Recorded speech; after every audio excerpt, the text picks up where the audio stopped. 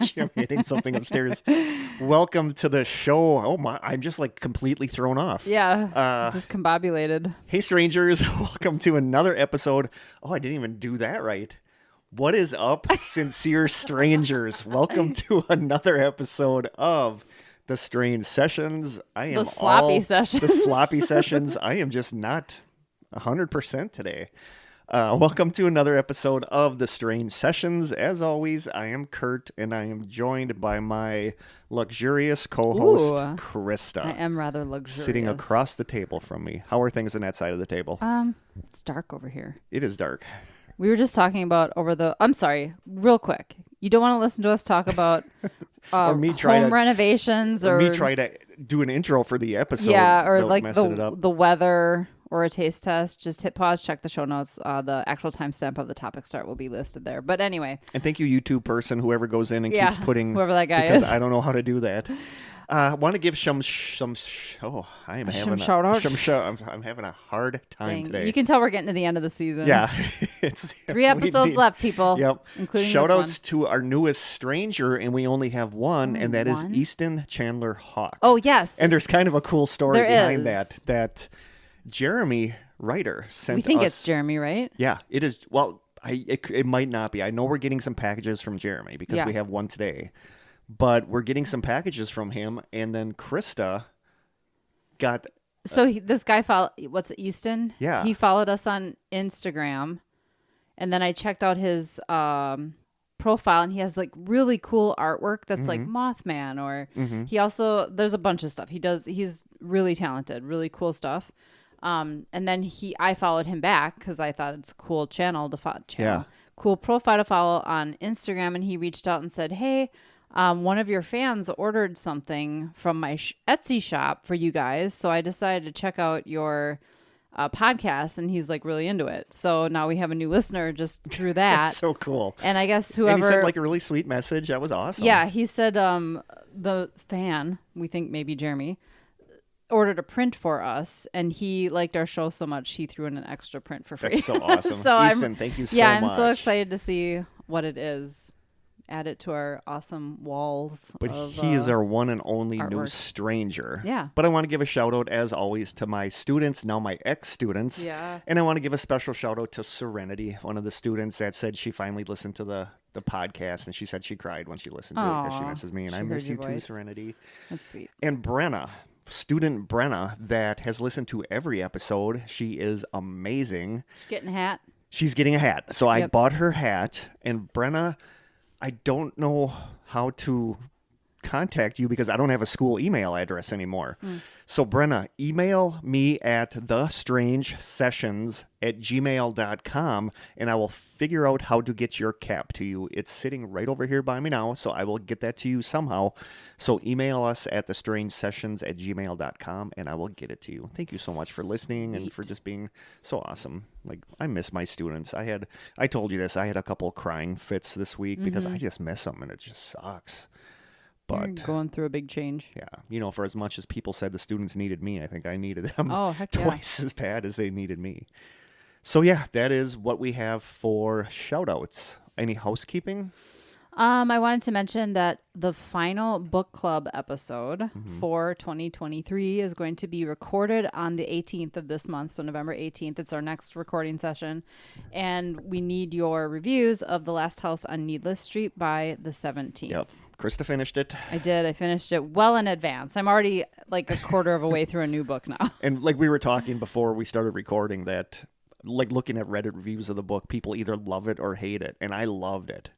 It was hard for me to go into it because you kind of like gave me this foreboding feeling around it. Like it's going to be real dark. Animal abuse, child abuse. Yeah, and there wasn't much there as far. I mean, child abuse, yes, but yeah, but realize towards the end it's not what you thought it was what you really at think. all. There's a Yeah. big twist. It's a good book. It was a good book. Like, I We'll loved it. save it for the episode. Save it for the episode. So that's coming up. Yeah, the end of the season is coming up. That's all I have for housekeeping is end of season coming up. And we're going to give the studio a little makeover during the winter break. Jim and I are going to take all this awesome stuff off the walls and paint everything kind of a creamy white just to brighten it up down here because it is so dark down here. It is dark down here. And maybe get a big carpet remnant to put down here too just to warm it up a little. And I mean, we have a rug, but I mean, it barely fits under this table. But I'm going to probably do some rearranging of furniture. Well, yeah, because we plan. If you guys hear stuff during the episode, it's not ghost sounds Jim this is time. doing Jim is working home upstairs. renos. Yeah, he was working He's got upstairs. his impact drill. So there's been no going. spookiness here that you've No, told it's me been about. very quiet. Yeah.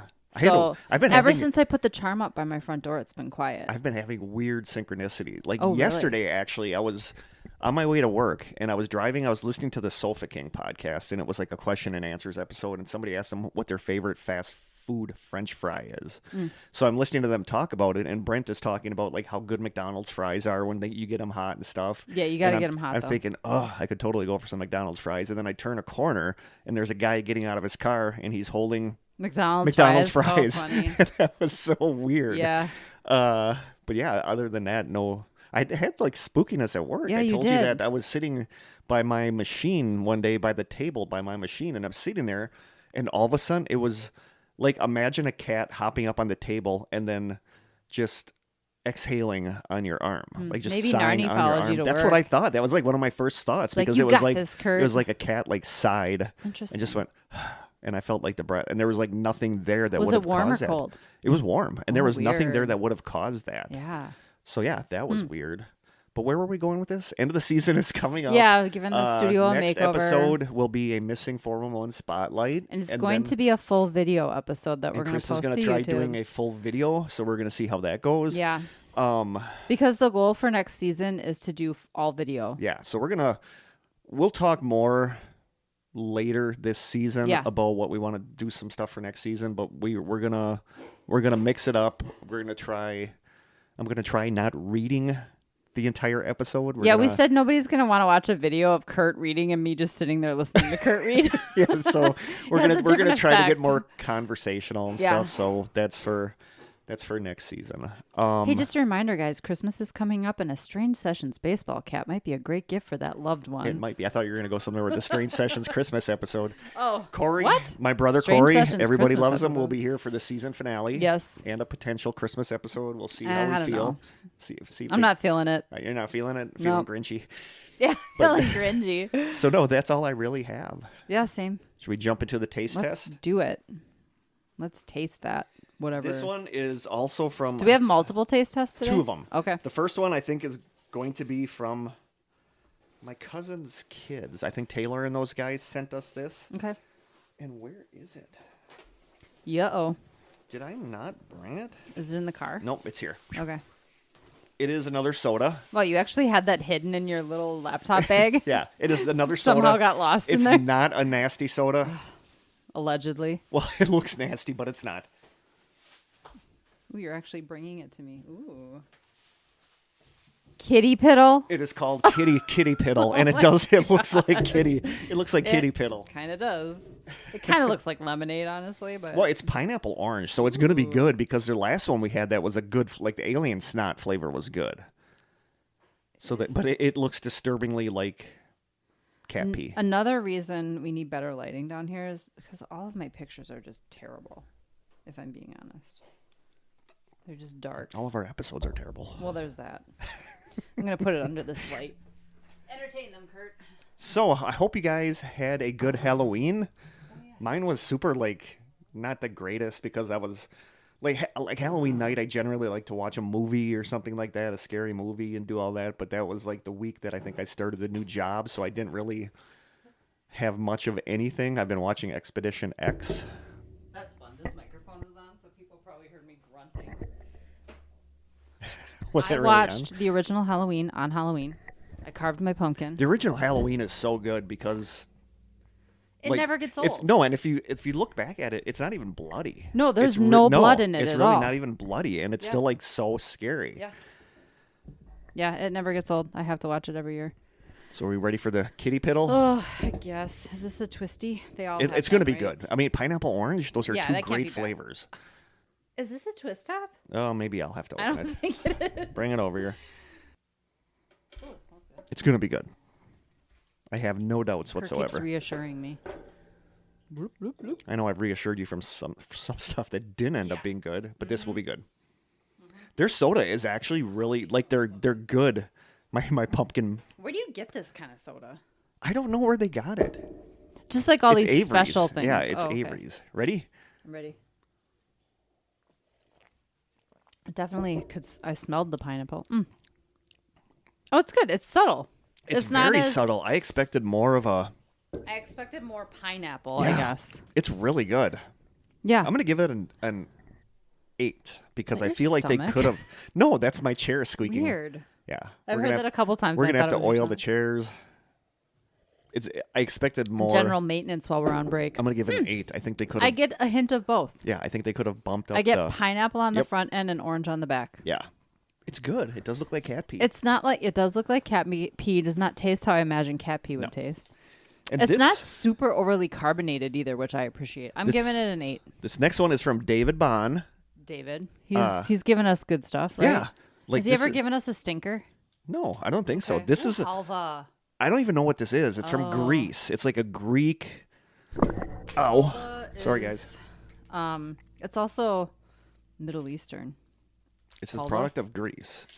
It's I like don't- a I have- sesame seed. You're not allergic to sesame seeds, right? No, we're gonna find out. Oh, let me take a picture.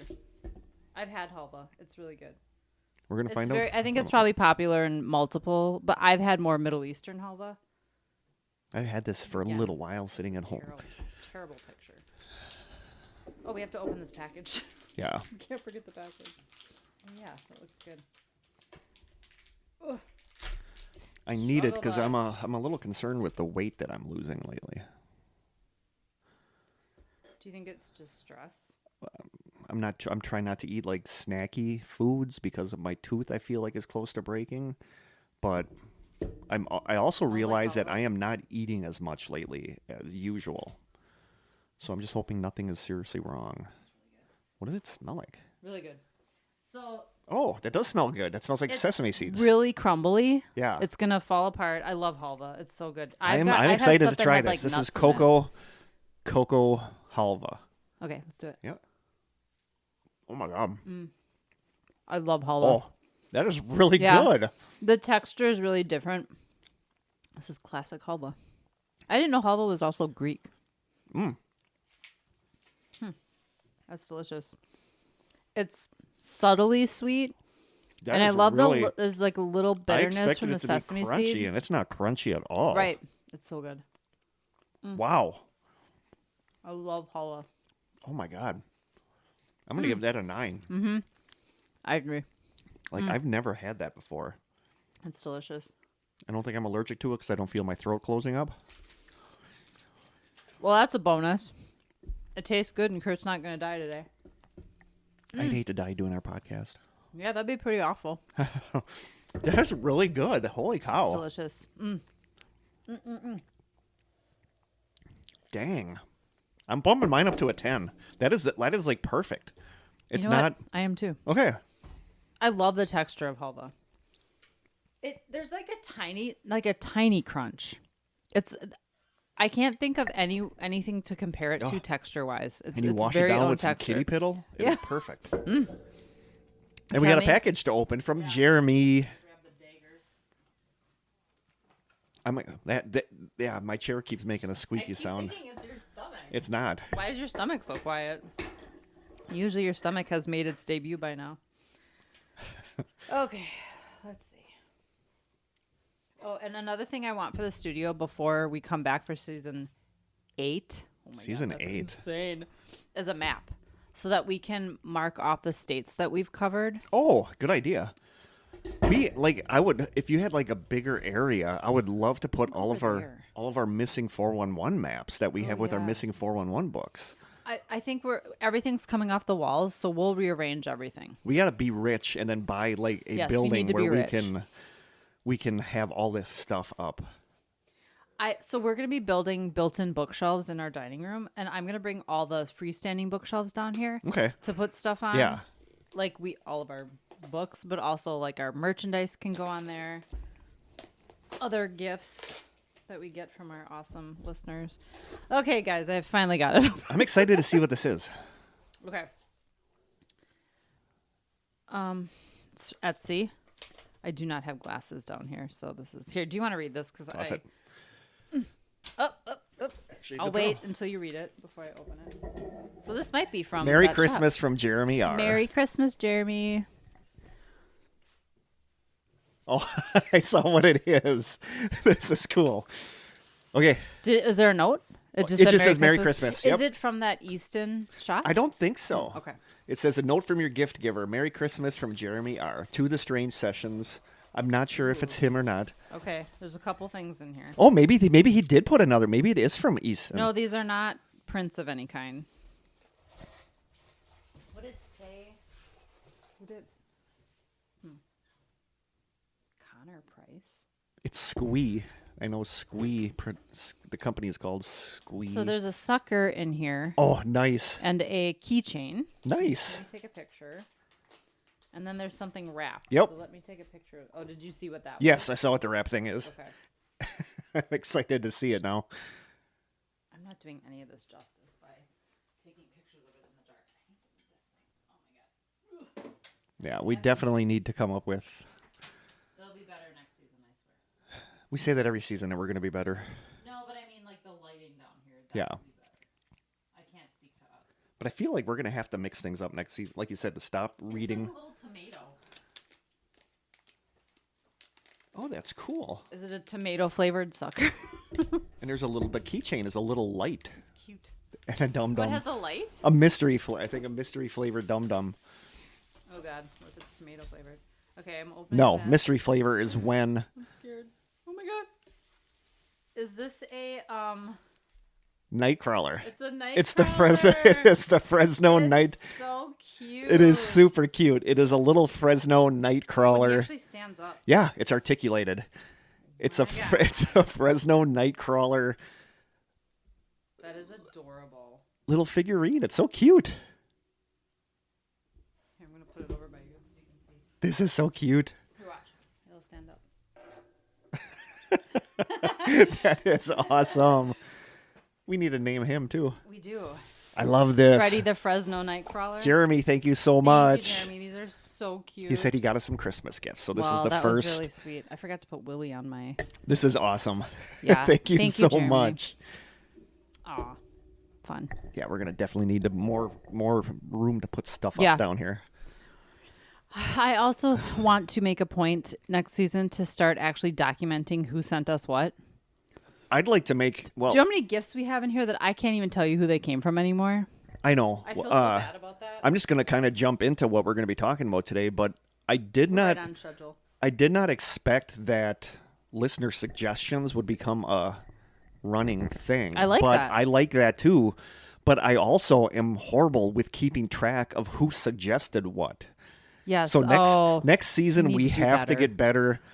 I have to get better with cataloging listeners' stories. I still haven't gotten into that Gmail account yet, so I have to. We could have like 20 stories. No, I got to in come there. up with spreadsheets and stuff so that we can keep track better of, instead of doing this half-arsed whatever it is we're doing right know. now. So we got to get agree. better with this. So over Christmas break, that is something that I want to do, is get better at the cataloging and keeping spreadsheets of, because like Graphs one of and the stories, spreadsheets. one of the ones we're doing today, I don't remember who the heck suggested it. It was years ago. Oh, really? Yeah, but it's like I didn't know a Well, lot. it could be just a comment on Facebook. It could be an email. Yeah, like, but you I get have to get better suggestions. at jotting that Yeah, stuff I down. agree. So today is another listener stories or listener suggestions episode. what? We're doing Not a listener stories, story listener suggestions episode. Okay. Well, I have 3 things that listeners have wrote in about. One of them, the first one, we had a call from Brad Medeiros. Brad. Strongly worded voice. Strongly worded, because he suggested that I did something, and as typical Kurt, I forgot that he suggested it. So now we are going to be doing that. But if you want to play his voicemail, Okay, let me get that's that going queued to up. be our first Topic. We have 3. The middle one I don't have a whole lot on, but the last one is going to involve files off of there too that they're going to have to listen to. So we just want to play Brad's voicemail to us. And I'm sorry, Brad, but we are finally getting to the story now. Kurt, this is your old buddy Brad from Killing, Missing, Hidden. Twice I have sent to your request to cover the Headless Valley, and twice you have ignored me, despite me sending you my own notes. I demand the Strange Sessions cover this topic by the end of the year. And hey, Krista, love you too. Bye. Oh my God, I'm literally dying over here. He's so like, he sounds so menacing through the whole thing. And he's like, oh, hey, Krista. Yeah. It's kind of reminds me of when the Weasley mom, I can't think of her name right now. You've never seen any of the movies, right? Nope. She sends one of the kids, I forget what it's called. It's like this message that opens up and yells at one of the kids in front of everybody, Ron. She's screaming at him, and then she's like, well, hi, Harry. Or she says, well, hi, Ginny. That's kind of what that was like. It was totally that moment. So I love, and you have ignored me twice. I have. So that's one of the reasons we got to get better at this. Okay. So today, our first story is going to be about Canada's Nahanni Valley. Okay. And that's what Brad Never wanted heard us of to this. talk about. I didn't either until he messaged me about it, and it's interesting. Like, I don't want to necessarily visit here, but it's interesting. So no road trips as planned. always, I want to start this off by apologizing for the shoddiness of this episode because Sure. the last 2 weeks were really kind of crappy for me, and I haven't been like in a really good place mental wise, and I've been starting the new job and adjusting to a new sleep schedule and being sore from the job. So apologies. Next season will be better. I promise. I think I promise. So here is the Nahanni Valley. Are you ready? I'm ready. Dark mountain spires pierce the fog against us. Oh, I should probably say where this is from instead of just stealing it. Most of this comes from 3 articles. A December 11th, 2021 ancientorigins.net article called Valley of the Headless Men, Mysterious Decapitations in Canada's Nahanni Valley. Dang.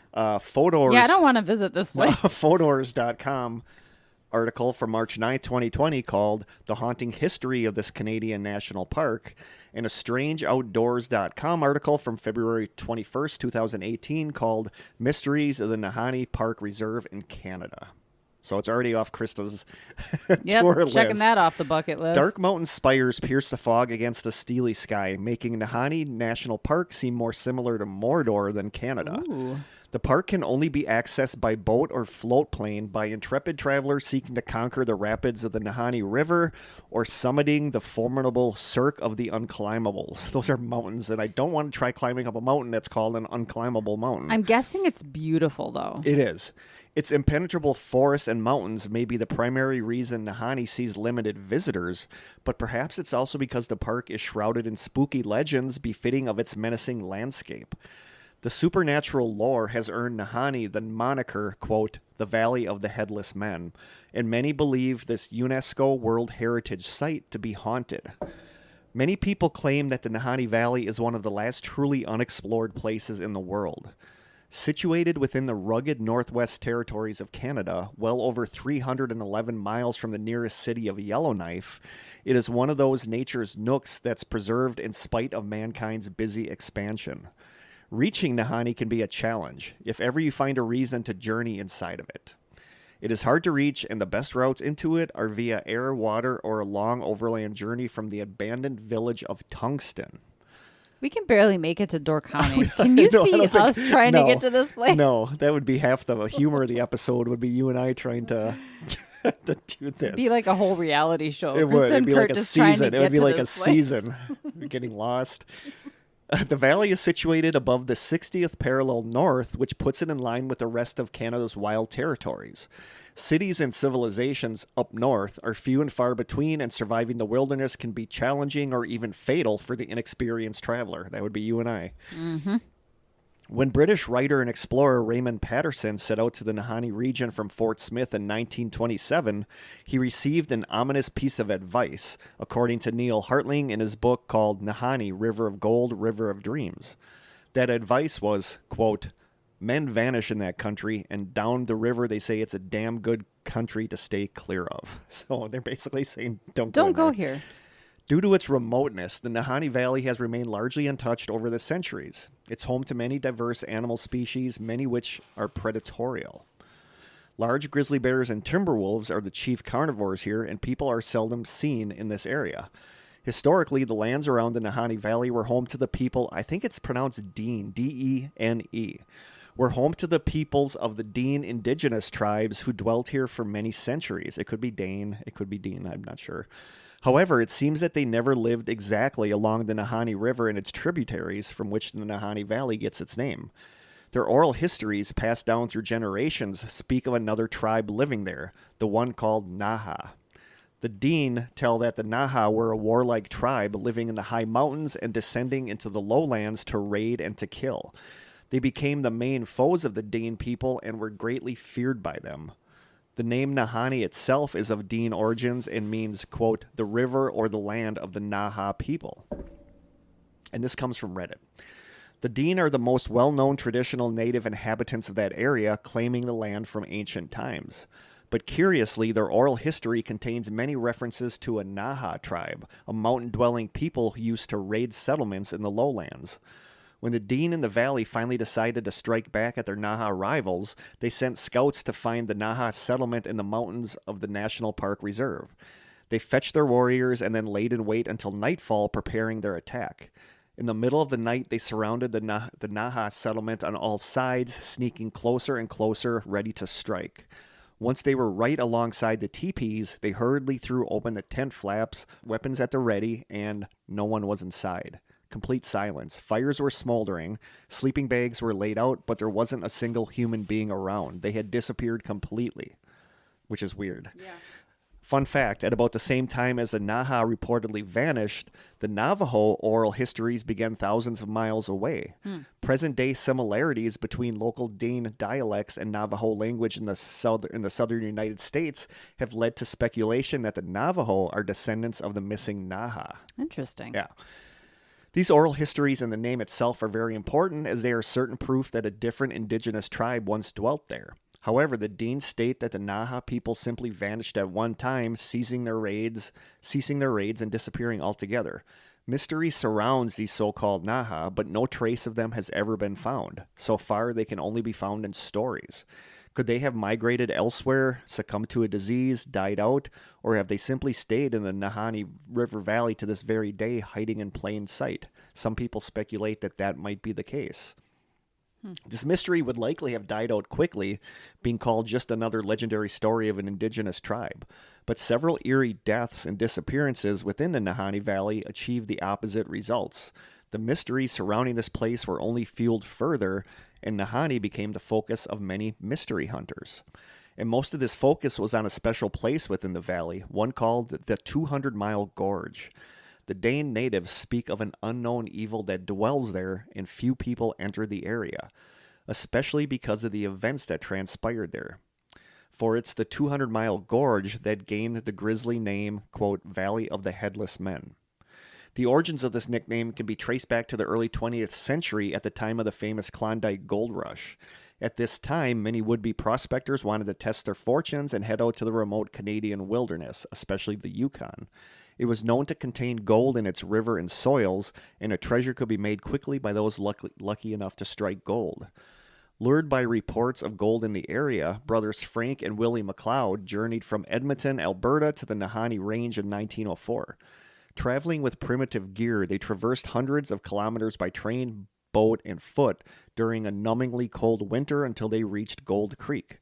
Their efforts were rewarded that year, and they returned to their home in Fort Liard with gold in hand. However, not satisfied, the brothers made a second expedition into the Nahanni Range in 1905, from which they never returned. Nothing was heard from Frank and Willie until their brother Charlie led a search team into the park in 1908, where he discovered two skeletons at their camp on the river's edge in a vast valley. Both of their heads had been severed, and one man lay with his arm outstretched towards his gun, the blankets thrown across his brother as if he had leaped suddenly from the bed. A Scottish engineer had been traveling with them, but his body wasn't at the camp, and it's never been found. Were their heads there? I think so. Okay. They were just detached from their bodies? Yeah, detached from their bodies. A Scottish engineer had been traveling with him, but his body wasn't at the camp, and he's never been found. But other reports say that he was found in another city alive with a large amount of gold. So I don't know. But, a lot of people speculate. Highly sus. Yeah, a lot of people speculate that the third guy killed the two brothers to take all their Logical gold. conclusion. Since then, the Lost McLeod mine has become legendary, and many have lost their lives trying to find it in the park. From here on, the mysteries deepened. Who would decapitate so ruthlessly two peaceful prospectors? And maybe their heads weren't there. And what happened to their heads? Oh. So that's a little weird. Yeah, I could see that. Yeah, If why the would heads they take their heads? I don't know. Rumors began spreading, and many wild theories were put forward. Some spoke of feuding prospectors killing each other. Others attributed the deaths to wild animals, while some spoke of inhospitable warlike natives leaving the headless corpses as a warning to other trespassers. Theories floated around until another corpse was discovered in 1917. It was that of a Swiss prospector named Martin Jorgensen. His body was discovered decapitated next to the remains of his cabin, which had been burned to the ground. It's believed that he had struck gold in the valley as he wrote back home to his people that he found gold, but then he ended up beheaded. So I don't know. So maybe we won't go there. I'm sure I'm not alone in this, but I find decapitation of any kind, whether it's on purpose or a freak accident, highly disturbing. Yeah. There is something so disturbing about that part of your body being removed and detached from your body. Yeah. Like that is just like incomprehensible to me. Yeah. It's like, I don't get like an animal attack. Why would an animal take your head? No, that doesn't make sense. It sounds like the heads were cut off. Yeah. So I don't know. Should we have done a disclaimer at the beginning of this for strangelings? Maybe next season we'll have that. We'll make like a taped disclaimer that we can have at the beginning of the episode. Oh, that's a good idea, actually. That is a good idea. Somebody should write that down. Where are we going here? Yeah, another corpse, Swiss prospector named Martin Jorgensen. His body was discovered decapitated next to the remains of his burnt-down cabin. It's believed that he struck gold in the vicinity as he wrote of it back home before ending up beheaded. An article from the February 15th, 1947 issue of the Desert News newspaper, or Deseret, not desert, because that is not a desert up there. It's Deseret newspaper, titled, quote, "Headless Valley Myths Dispelled," goes into depth while trying to bash all the mystery and to find logic for the murders. Most of the article's contents are unsubstantiated and guesswork. There, it is said that Jorgensen and the McLeod brothers were all murdered for the gold that they had discovered, but no evidence of this was ever found. In 1927, another body was discovered in Nahanni belonging to a man named Yukon Fisher. Variously dubbed as both an outlaw or a prospector, this man was sought by the Royal Canadian Mounted Police for several years before his death. The officials found his skeleton on the banks of Bennett Creek, quite close to the place where the bodies of the McLeod brothers were found in 1908. His death was never fully explained, nor was the fact that he was known to possess a solid number of gold nuggets with which he purchased goods on the frontier. So he had a ton of gold on him that was gone.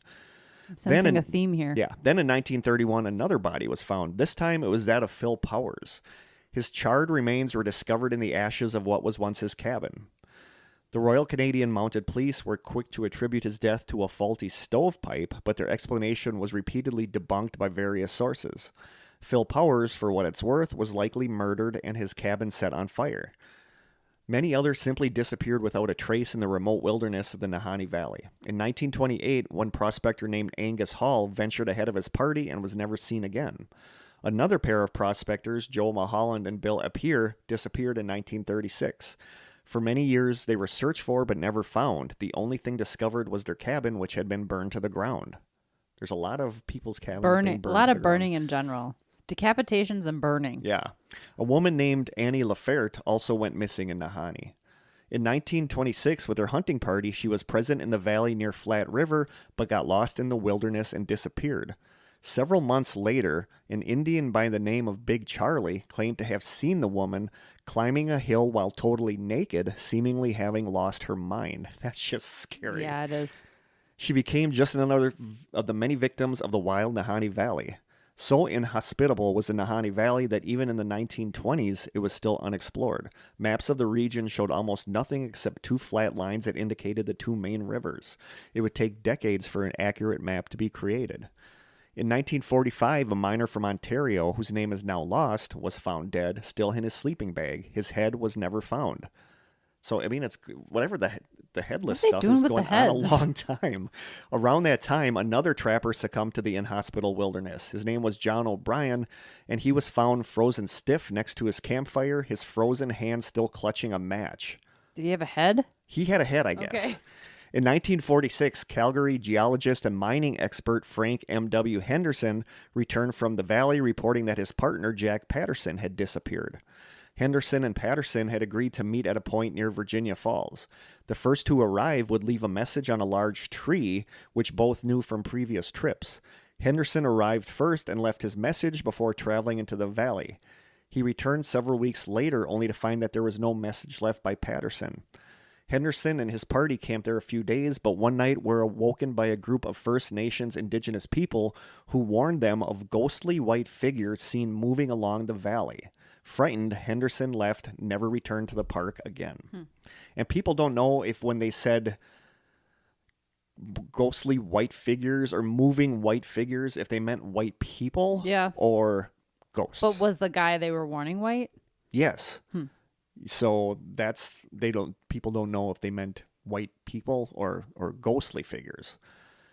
Numerous other reports from the Royal Canadian Mounted Police confirm similar deaths, and a good number of people have simply vanished without a trace after stepping foot into the park.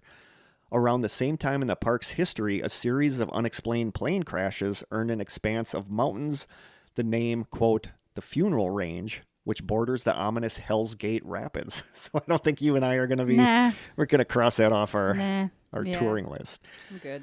In 1962, the pilot of a light aircraft miraculously survived a crash unscathed and set about building a camp a short distance from the place where his plane went down. He was so well equipped to survive with food, fuel, shelter, and camp provisions from the aircraft's cargo that he was confident that rescue would come within a matter of days. So he waited and wrote about his experiences in his diary. Many times he watched as search aircraft flew overhead, but none saw him. He was only 6 miles from his destination, although he was probably unaware of his exact location. For around 50 days, he sat alone waiting for rescue, and then he mysteriously disappeared as the diary entry stopped abruptly. 6 months later, his plane was discovered by chance, followed by the camp and his diary. To this day, no trace of him has ever been found. It's an unforgiving land in winter. It's super inhospitable. You don't want to go there. With the freezing cold and the ravaging timber wolves, this nature can claim the lives of the grizzly most bears. inexperienced outdoorsmen, or the most experienced outdoorsmen. But in the warmer months, the valley transforms into a truly unique environment. So much so that many people dubbed it tropical. It can turn into a true oasis, being warm and lush with vegetation. One can even bathe in the creeks and streams, fearing no coldness. That's all due to the hot sulfur springs that can be found here. Hot springs lie all beneath the valley and give it an additional dose of mystery. The sulfur can often fill the air with an odd smell. And more than that, the combination of the hot sulfury air and the cooler Arctic air above it create thick and mysterious fog that often covers the entire Nahanni Valley, obscuring it from view and creating an eerie, otherworldly ambiance. Have you Googled pictures of this place? Yeah. It's I have to do that. Yeah. Joel Hibbard, owner of Nahanni Wild, a Canadian adventure vacation guide, states, quote, I once heard an Indian chief tell stories of an ancient giant who would cook his food in the hot springs. This gave rise to tales of a mysterious tropical valley that is said to exist somewhere within the huge Nahanni Valley. While there is a chance that the clash of the hot sulfuric air and the cold Arctic climate can create a unique environment, a tropical valley still seems far-fetched. Nevertheless, legends just keep springing up. Scientists, those few that ever set foot in the valley, discovered numerous remains of prehistoric animals, chiefly bones of mastodons. To that end, many people have said that these animals still live within the deepest, most remote nooks of the Nahanni. It is beautiful. I'm looking It is at pictures beautiful. right now. Wow. Tales Reminds me of Alaska. Yeah. I mean, it's Yeah. Canada. That's what Yep. Canada is, right? Tales exist of Wilderness. trappers claiming that they have seen fresh tracks of prehistoric mammals and bringing back huge ivory tusks with flesh and hair still visible. Other tales state that many of the Dean tribe elders living in the area were able to accurately draw pictures of mastodons as if from memory.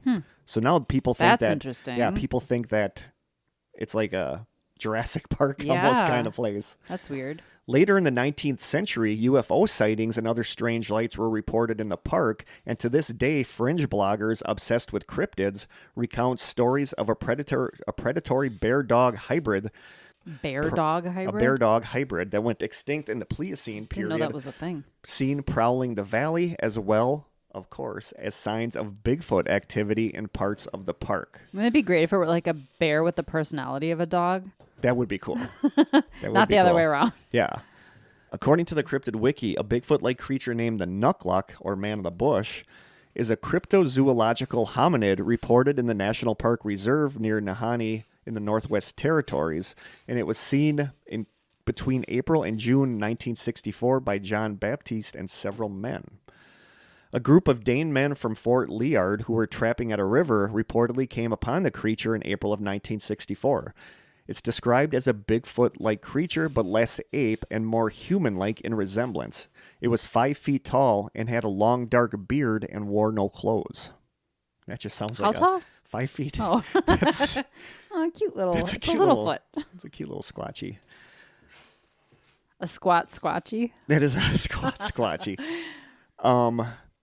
In June of 1964, near Fort Simpson, around 9 p.m., a young boy named Jerry reported a similar creature. It had black hair on its head, upper body, and legs, and a head that was slightly pointed at the back. At the back. I don't get what that. I don't know how that That's works. interesting. Usually Yeah. Bigfoots have Yeah. like a conical Yeah. head, but it goes up. It also had a long brown beard that reached down to its waist, and it wore ankle-high boots, a moose skin loincloth, and had a stone club in its hand. They're just talking about a caveman That's now. what it sounds like. These creatures have been reported for hundreds of years and are said to have boot-like footprints and whistling calls. They have been reported from the Northwest Territories to Yukon and a peninsula in Alaska. Wow, I've never heard of this. Yeah. According to an article on the website Abenaki Extreme, there are also other creatures said to be there. The Nahanni Valley is rich in lore and tales of mythical, sometimes macabre, creatures that feast on those who enter the region. The Nahanni Valley Monster is said to be one of them. It's actually a collection of creatures said to inhabit the valley, including the Evil Spirit, a story told by native hunters who entered the valley in search of food and who lived to tell about it. The evil spirit of the Nahanni Valley is said to haunt the region and to make its presence known with otherworldly shrieks on cold and windy nights. Giants are also said to live in the valley and cook their meals in the hot springs. Prehistoric monsters are said to live there. Hunters and native trappers speak of mammoths, mastodons, and prehistoric beasts, their tracks visible in snow and creek beds.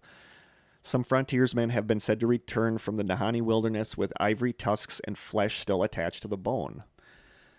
There's also supposedly a creature called the Wahila, which is a huge wolf-like creature linked to deaths, accidents, the unexplained, and weirdness that happened to geologists and naturalists that entered the Nahanni Valley with renewed interest in the 1960s. It's like their version of Mothman. Yeah, kind of. According to a blog called A Little Bit Human, it says, quote, "While it's easy to dismiss the incidents of headless dead men in Nahanni Valley as nothing more than early people trying to explain the explainable with folklore, the legends of Nahanni Valley's headless men survive today because of the continued mysterious disappearances in the area." On June 16, 2005, Rod Gunderson arrived at the cabin where he saw David Horsey and Frederick Hardesty alive just 4 days earlier. While smoke was still coming out of the chimney, there were no sign of the men. They couldn't have gone hunting either, as they had left their firearms behind. By June 18th, authorities got involved in search of the missing men but quickly dropped it, leaving locals and family members to continue the search.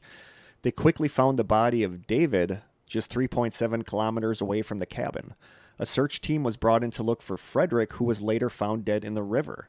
The authorities claimed that the two had died from hypothermia, but that doesn't explain the bullet shots that had riddled the cabin, or even without that, how two experienced bushmen could fall prey to rookie mistakes. So that's weird that, like, what happened to them? Mm-hmm. When pressed by family members of You know what, though? Even the most experienced people can yeah, run but they had into... a cabin. Why would they have I still feel like the right there were circumstances... there were like bullet holes in the cabin. So maybe somebody was trying to shoot them out of the cabin, but it didn't sound like they died from bullet wounds outside. So I have no idea what happened there. That's weird. Yeah, the authorities claim that the two had died from hypothermia, but that doesn't explain how two experienced bushmen could fall prey to rookie mistakes. When pressed by family members of the deceased as to whether they would investigate the case further, authorities told the family members that they would not be doing so, as a civilian search party had contaminated the evidence. Certain areas within the Nahanni Valley are closed to visitors because of their sensitive ecosystems or cultural significance for the indigenous Dane people. But some people say the restrictions are as much about containing the park's supernatural forces as they are about keeping people out. In the end, no one can accurately say what is happening within the mysterious Nahanni Valley. Nearly 50 people have either died or disappeared within it starting from 1908, and that is an eerily high number for just one, albeit enormous, valley. Plenty of odd facts contribute to the sense of enigma here. The indigenous Dean locals have avoided the valley for centuries, claiming that it is indeed haunted by evil. Other people state that the Nahanni Valley is the entrance to the so-called Hollow Earth. And that's something we'll probably talk about next season, as the Hollow Earth theories. True, the valley is dotted with several caverns, some 250 of them, and many of them are unexplored. However, we are quite sure that the Earth's belly is rather hot, more than hollow. As far as the McLeod brothers, one theory is that they were killed by their third person that was with them that got greedy, but another theory involves a man known as Albert Johnson, and the Sofa King podcast did a whole episode about him. It's a really good episode. Like, if you're going to listen to the Sofa King podcast, listen to the one about the Mad Trapper. Oh, Lucy. Poor baby. So about 40 miles from Nahanni, a loner named Albert Johnson lived in a crude log cabin. Albert Johnson was a pseudonym, and his true identity to this day remains unknown. He too searched for the McLeod's lost mine. Johnson later became notorious and became known as, quote, the Mad Trapper of Rat River. In December 1931, one of the native trappers complained to the local mounted police detachment that someone was tampering with his traps, tripping them and hanging them up on trees. He identified Johnson as a likely culprit. On December 26, Constable Alfred King and Special Constable Joe Bernard, each of whom had considerable northern experience, trekked the 60 miles, that's a long way to go, to Johnson's cabin to ask him about the wilderness. Yeah, to ask him about the allegations. Seeing smoke coming from the chimney, they approached the hut to talk to him. Johnson refused to talk to them, however, seeming to not even notice them. King looked into the cabin window, at which point Johnson placed a sack across it. The two constables eventually decided to return to where they came from to get a search warrant. King and Bernard returned 5 days later with two other men. Johnson again refused to talk, and eventually King decided to enforce the warrant and force the door open. As soon as he began, Johnson shot him through the wooden door.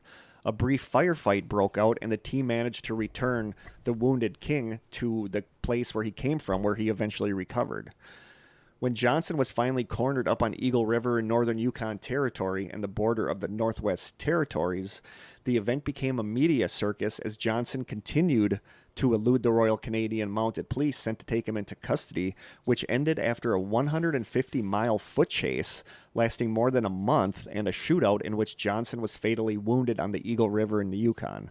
That's crazy. There was a 150 mile foot chase lasting more than a month. Wow. Yeah. These people have stamina. Yeah, so they finally got him. In his possession were found some gold teeth extracted from mouths of prospectors found dead in the Headless Valley. It might be assumed that Johnson was involved in their deaths, a theory the Mounties put on file. So if he did this, was he taking the heads to get gold teeth? The teeth? Out of the heads? Couldn't he just take the teeth without removing the head? I don't know. Maybe he came across the heads and was like, Yeah. I'm going to mine some gold here. I don't know. Ugh. While the headless deaths have all been confirmed by police reports and attributed to less mystical causes, the greed and rivalry that marked the gold rush era, as well as the brutal, dangerous reality of isolation in the Canadian wilderness, the lore simply remains part of Nahanni National Park's mystery and allure. What is real, though, is the park's sacred mythological presence in the collective Canadian psyche, which may work to help protect the area from further mining and environmental exploitation. Nahanni remains veiled in enigma. Perhaps it was the territorial Naha tribesmen who have not disappeared, who have claimed all these lives, seeking to protect their last natural refuge. Was it aliens, or Bigfoot, or ghosts, or the Nukluk, or was it simply the harsh... Goats? Ghosts. Oh. Not goats. Goats. Now, if they had murderous ghosts, or goats, that would be cool. Ghosts or the Nukluk. I mean, they will eat anything. Yeah, maybe they ate the heads.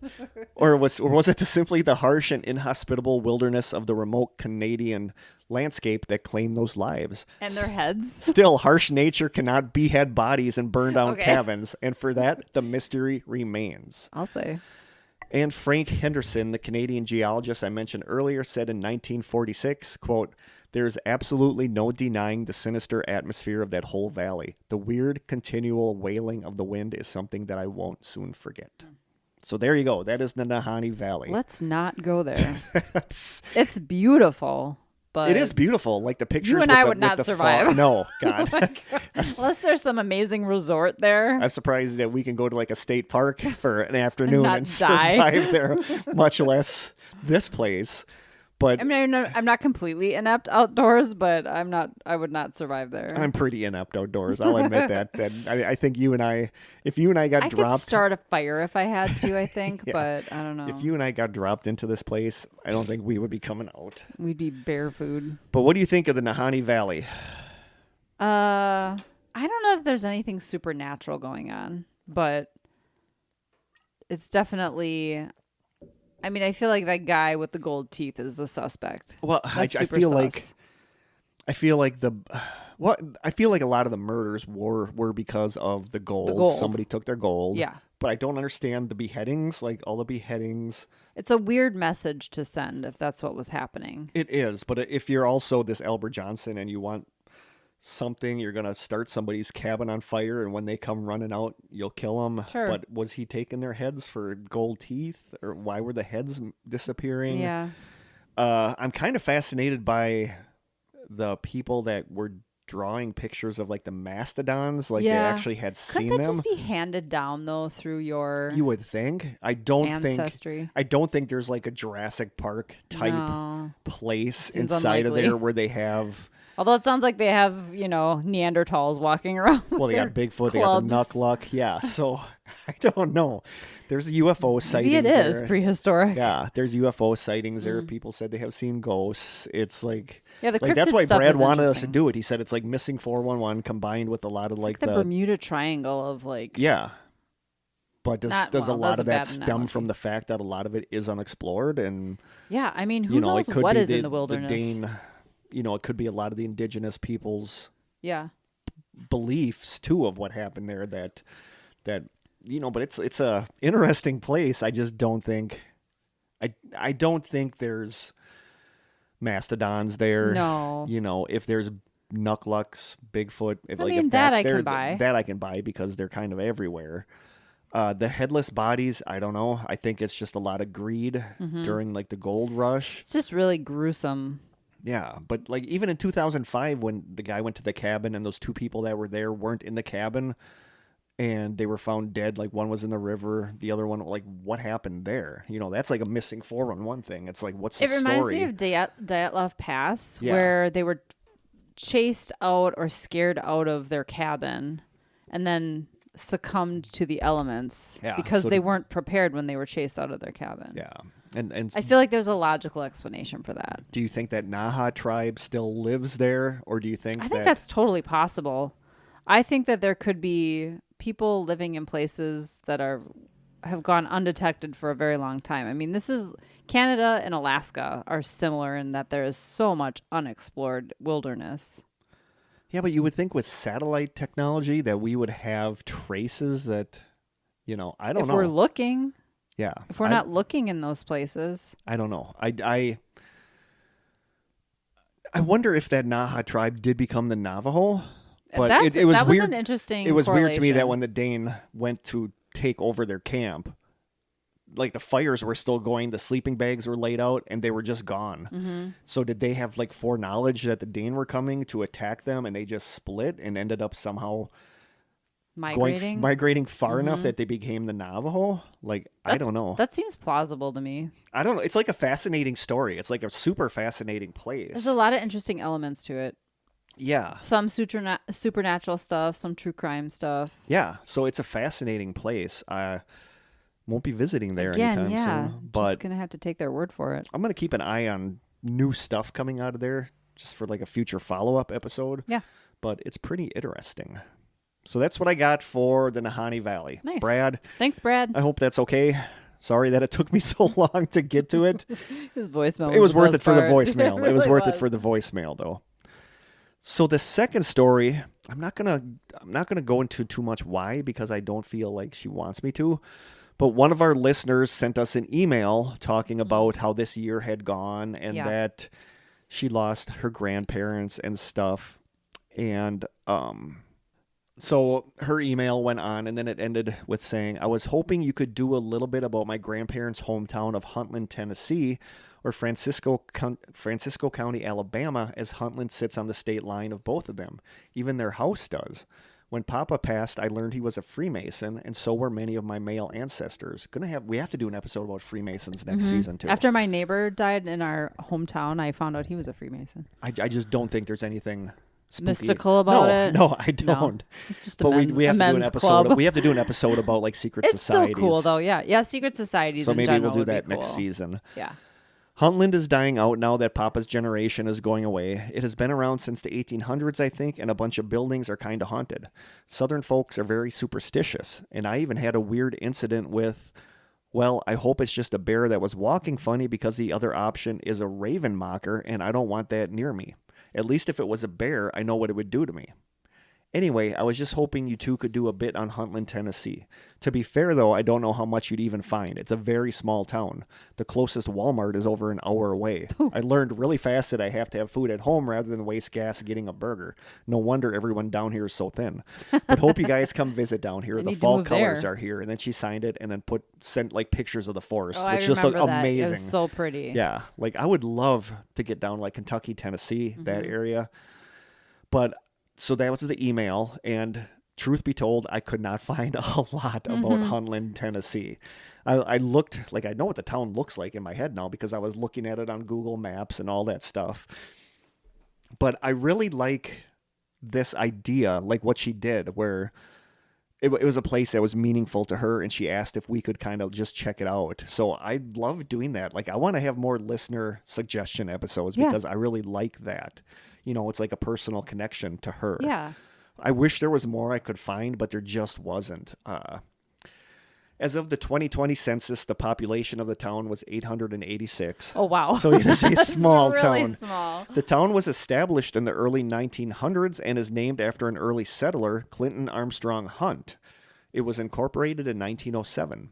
The town of Huntland is a beautiful rural community in Middle Tennessee located in the Appalachian foothills at the southwest part of Franklin County. Huntland lies 12 miles south of Winchester, the county seat, 22 miles east of Fayetteville, the Lincoln County seat, 35 miles north of Huntsville, Alabama, and 100 miles south of Nashville, Tennessee's state capital. I remember driving through Nashville with my dad and Corey when we were kids, because I remember we went kind of near Graceland, and that was the only thing I really remember. So this came from the ghostsofamerica.com website. I did see somebody wrote, the Sutton House on the curve at edge of Huntland on the old Elora Highway is built on the site of an older house that burned and consumed an elderly woman years ago. I was told this after meeting the ghost while living there. At night, I would often hear unexplainable chimes and could hold my breath and hear heavy breathing in the master bedroom. I wrote these events off as my imagination until I asked the next person to live there if they had met the ghost. The look on their face told me that what I had experienced was indeed an act of the supernatural. The new resident said, quote, "You've heard it too?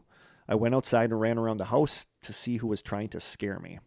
That's creepy. And then somebody else responded, "OMG, I live in Huntland too, and I always thought that house was haunted, but only a few of my friends believe me. This is so cool to know there is a haunted house in my town. I'm only 11, but I'm totally interested in this stuff." So cool. Submitted by Ashley. So it sounds like there is at least one house that's haunted there, the Sutton House. Huntland is a rural town with a population of just over 800 people located slightly north of the Alabama-Tennessee state line. Community members wanted a new accessible playground in the town center. The Blue Cross Healthy Place at Huntland City Park is home to a fenced playground with accessible equipment for children of all abilities. Oh, that's nice. It's so cool. It's like just this cute park. But it's also more than that. The space includes a basketball court with bleachers, outdoor fitness equipment, a new walking track, sway benches, additional parking, water fountains, picnic tables, and grills. What's a sway bench? A sway bench, That I think, sounds is cool. I think sway is that like Low-key a porch swing? Like Yeah, a porch maybe. swing. But I looked at pictures of it, and it's just really cool. Like in the middle of this tiny town, there's this park, like a park, and then in the middle of that is this awesome like playground That's area. really cool. It's really, really cool. Like I love this little town. And then I kind of looked into Francisco County too in Alabama. That's like right across the border, and there's just not a ton there. Francisco is an unincorporated community in northern Jackson County, Alabama, United States. It's located on Alabama State Route 65. From an October 7th, 2015 article in the Jackson County Sentinel called, quote, "Several Jackson County areas said to be haunted," the article says, quote, "Ghost hunting has become a favorite activity during the Halloween season. Whether you believe in the paranormal or not, visiting allegedly haunted places can be a fun experience for those looking for a potentially spooky thrill. And residents of Jackson County don't have to go far for their own ghost hunting experience. The following 4 places are local favorites that are said to be haunted based on the legends and stories that surround each one." So I did find a couple in the area. The first one is the Union Cemetery in Woodville. More than 1,200 graves are located in Union Cemetery, with the earliest burials listed. How many? More than 1,200. Oh, okay, wow. That's a lot. That's a lot. With the earliest burials listed in the 1830s. Legends abound that the cemetery is haunted by the spirits of Civil War soldiers buried on the grounds that, at times, visitors can hear their dying screams. Oh, So that sounds that's lovely. pleasant. That is a pretty big cemetery. Mm-hmm.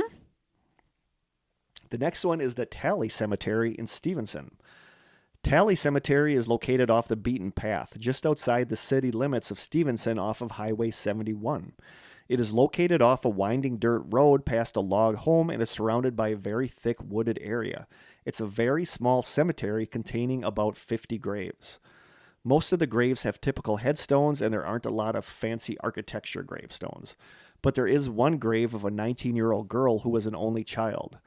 The grave is a marble statue in the girl's likeness. The cemetery is said to be a very active one for spirits, and the statue of the girl seems to be a focal point of activity. Also, signs of possible Satan worshiping has been found great. there.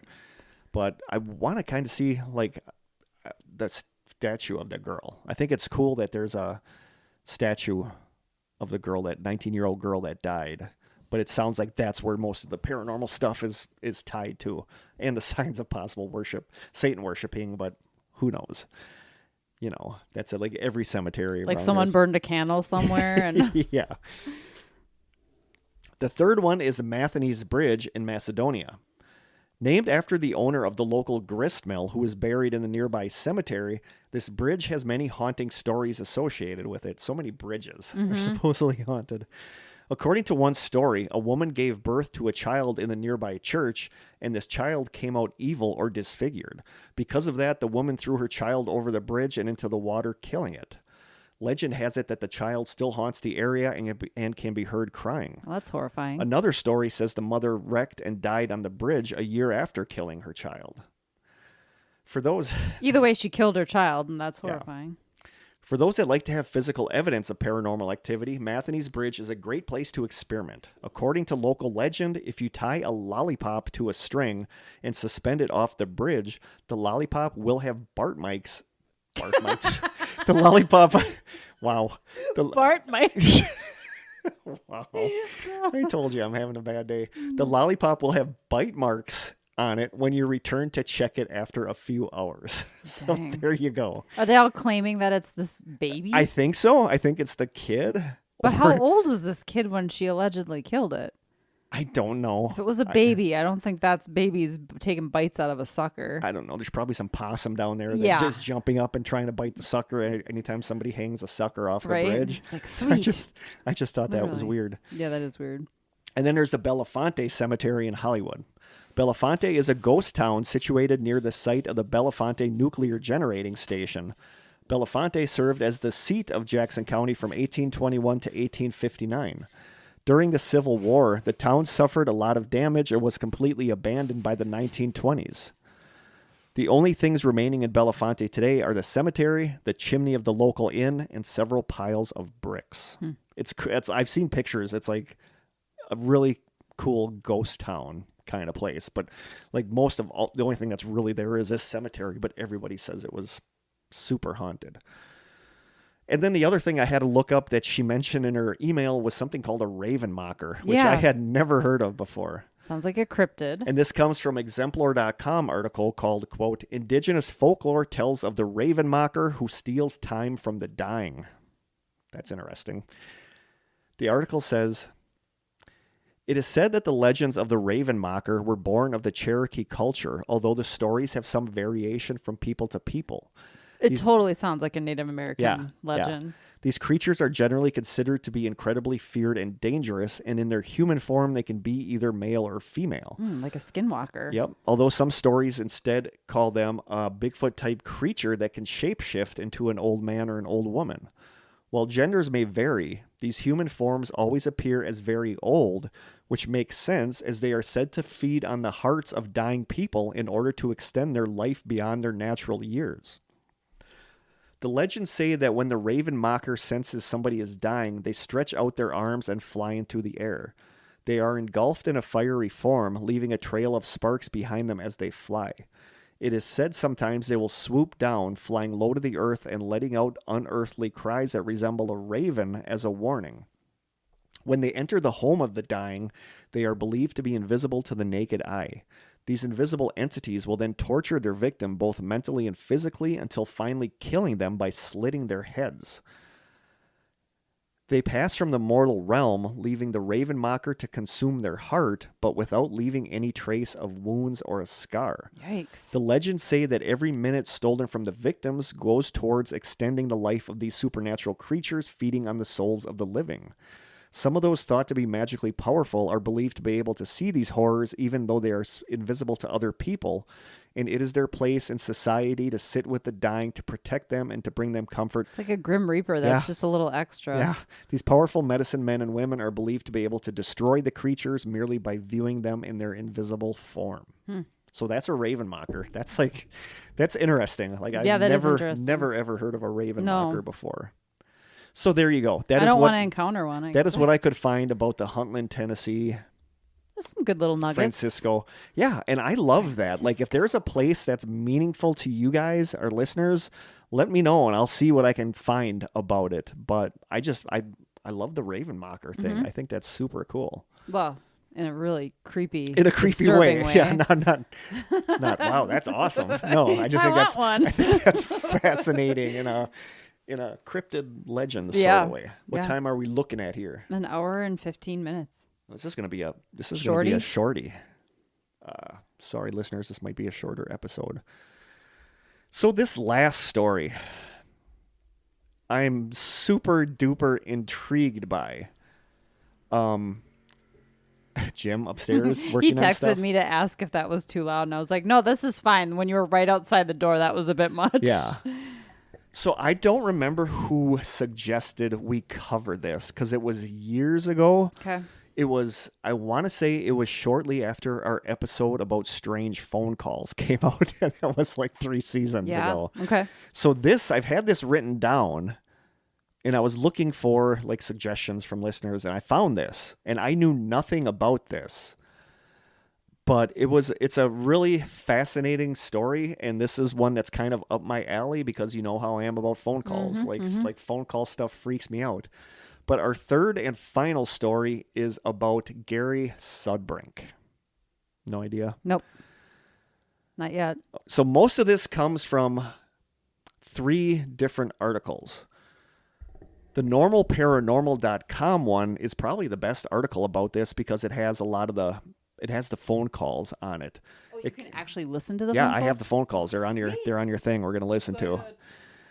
So it's from normalparanormal.com, and it's called Creepy Calls from a Strange Entity, from a Limitless Possibilities blog called Gary Sudbrink's Phone Calls, and from a Data Lounge article called, quote, You Are Being Impersonated by the Other Voice, a weird case of doppelgangers, mysterious phone calls, and UFOs. Oh, I'm already creeped out by that. So, you ready?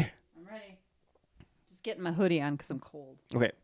In 1993, Gary Sudbrink was an Air Force captain assigned to medical pharmacy work in San Antonio, Texas. In February of that year, he planned an unannounced surprise visit to visit friends and family in Long Island, New York. Upon arriving... Long Islands. So yeah, he's in Texas. He works for the Air Force. He's a medical pharmacy worker in San Antonio. And he decided to just plan a surprise trip to see friends and family in New York. As you do. As you do. Upon arriving at the airport, Gary was approached by a man he'd later describe as looking normal and being well-groomed. The man, who had a clipboard, asked Gary what his name was, how it was spelled, where he was headed, and other personal questions. I'd be like, yeah, no. Believing that the man was attempting to sell him something, Gary ignored the man and just got onto his flight. Shortly after he had boarded, a different guy, also carrying a clipboard, sat right next to him and proceeded to also question him about the same kind of personal information. Gary asked this new clipboard guy to leave him alone. Eventually, a stewardess approached the man, asking to see his ticket, and told him, "This isn't your seat, you need to move."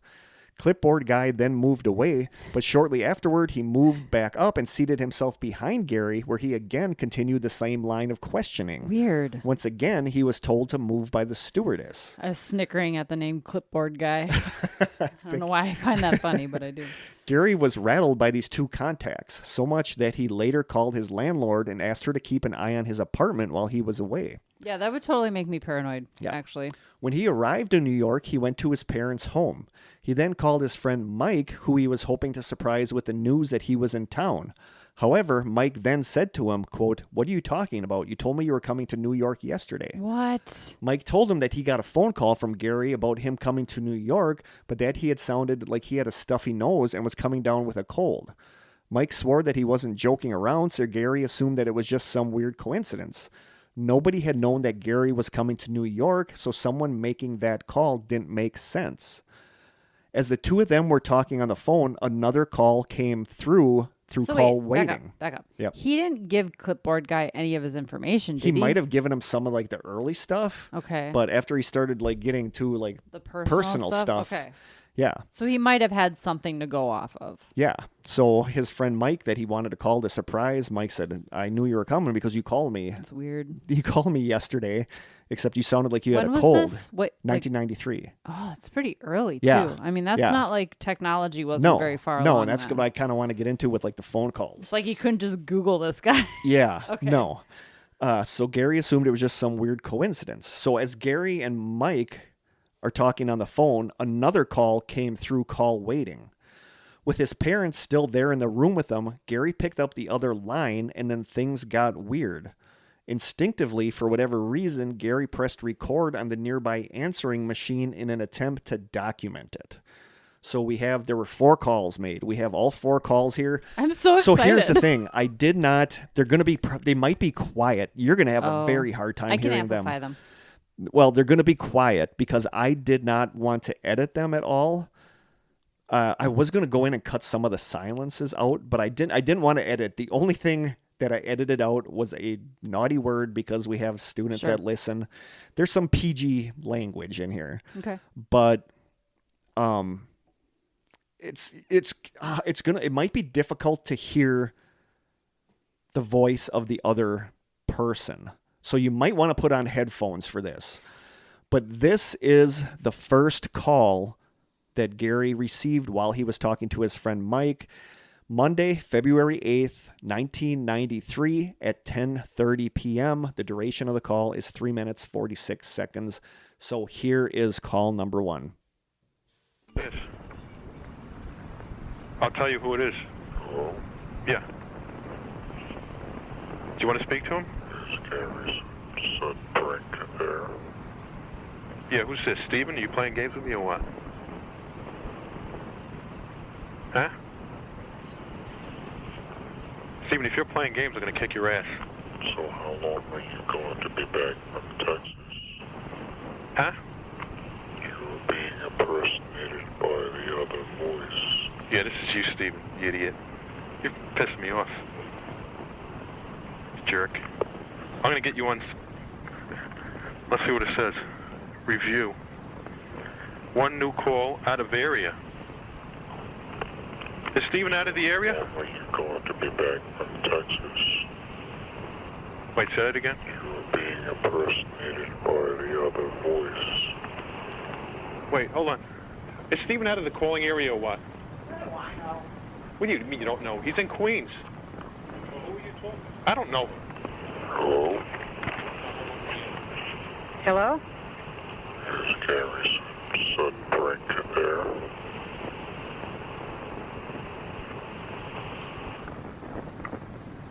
Who is this? Sounds like a freaking robot. So Hello? how long are you going to be back from Texas? What was that again, sir? You're being impersonated by the other voice. Oh, be quiet, huh? Sorry, would you see that again? Hello? I'm being impersonated by what voice? Hello? Yeah. Hello? There's Gary Sudbrink there. Yeah, hold on a second. Yeah, what is your question? I'll answer it. So how long are you going to be back from Texas? How long? You're being impersonated by the other voice. Right. When am I coming back? Is that your question?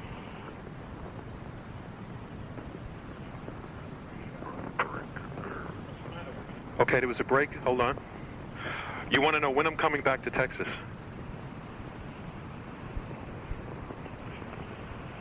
Oh, is that your question? So how long are you going to be back from Texas? How long am I going to be back from Texas? That question doesn't make any sense. By the other voice. Okay. I'll be coming back eventually. I can't tell you when.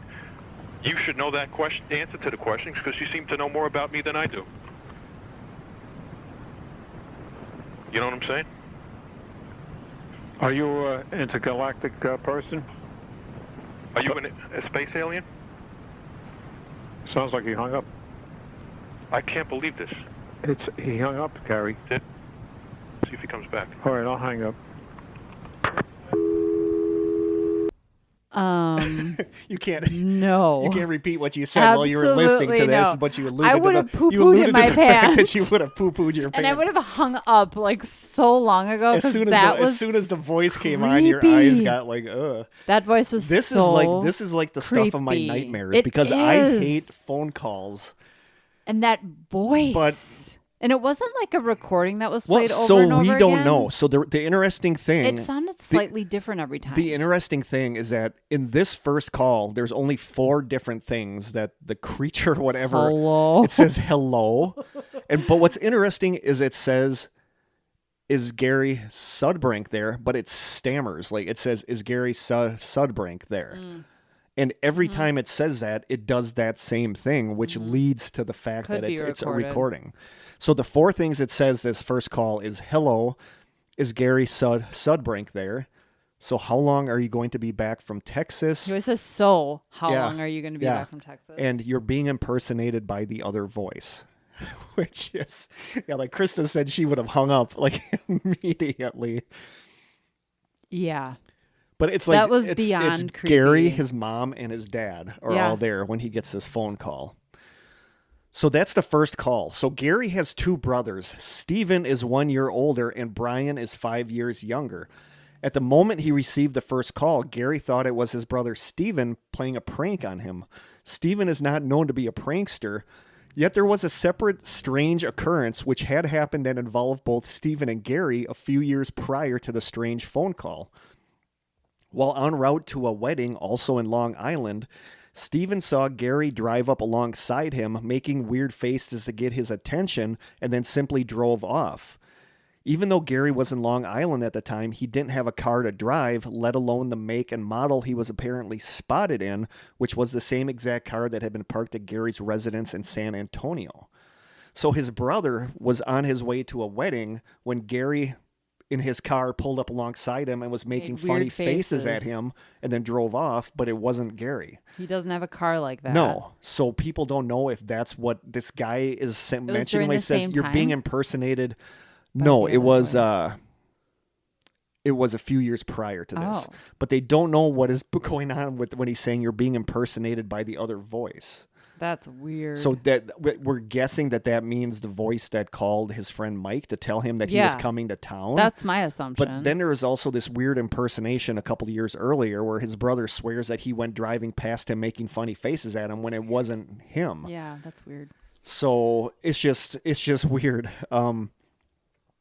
Let's return to the night of the strange phone calls in 1993. A few minutes after the first call came in, the phone rang a second time, and Gary pressed the record button soon after he recognized that same eerie voice. So here's call number 2, which happened Monday, February 8th, 1993 at 11:10 p.m., 3 minutes, 40 seconds long. But it is only like 20 minutes Later? since the last call. Okay. So here is call number 2. What is your question? Yes, speaking.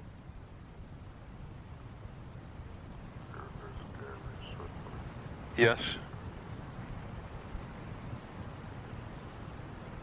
Could I answer any questions for you?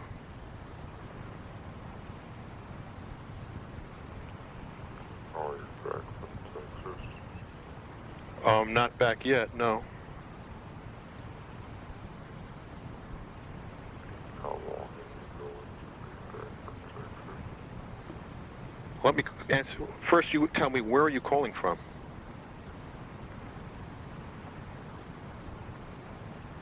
This is Gary Sudbrink. Yeah, why don't you tell me where you're calling from? Who is this? What do you mean, who is this? You should know who it is. It's me, Gary.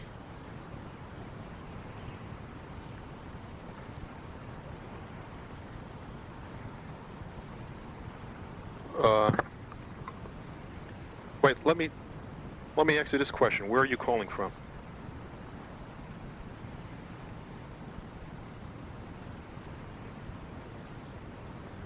Okay, I'll be back. Excuse me?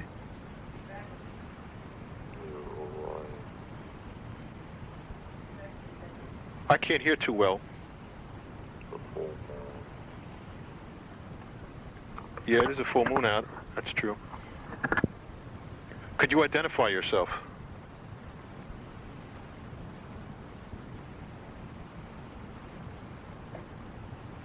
Identify yourself. Why are you calling me? Excuse me?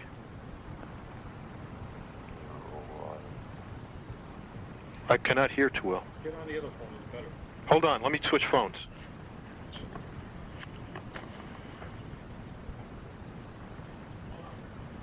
Okay. Okay, hold on. Now, who are you?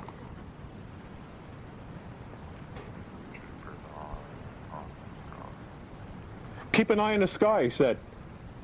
Keep an eye in the sky? Yeah. Ask Kenny I talked to him. Shh, shh. I had a sighting. Okay, hold on. Say that. Repeat that again.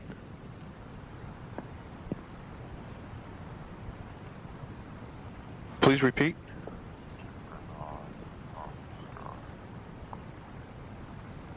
Okay. Near Orion. Holy mackerel. Tonight or guess on when? The full moon.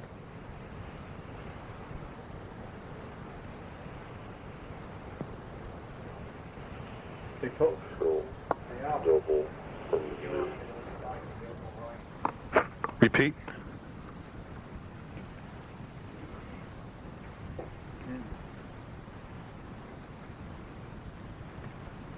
Tell him I like his daughter. Okay, repeat last word.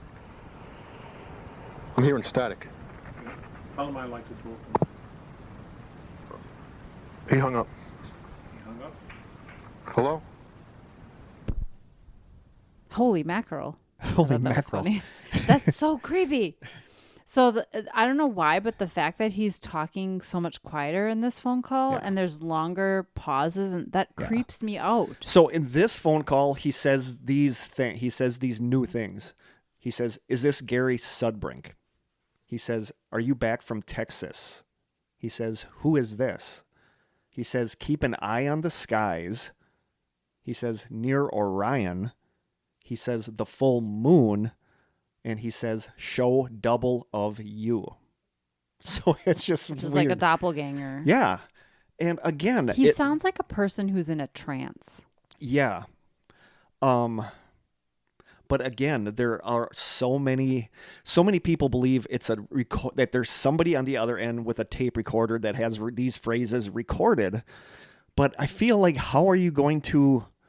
It's Insert them 93. at just the right like time. if it was now, you could have these on a computer soundboard and be just clicking things. Mm-hmm. But back then, you needed almost some people say you could hear the sound of a recorder being rewound, but I've cranked up the volume. Like, I don't hear a recorder. And it's like, I don't know. I'm so puzzled by this.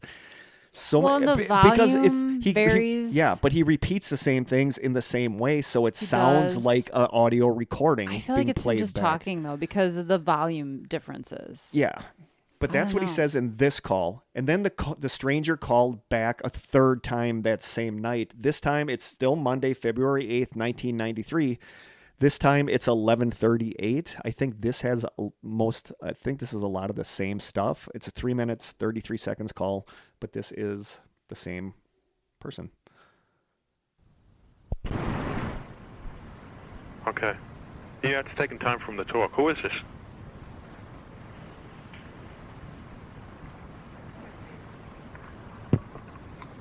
Stephen, this is not funny, you know.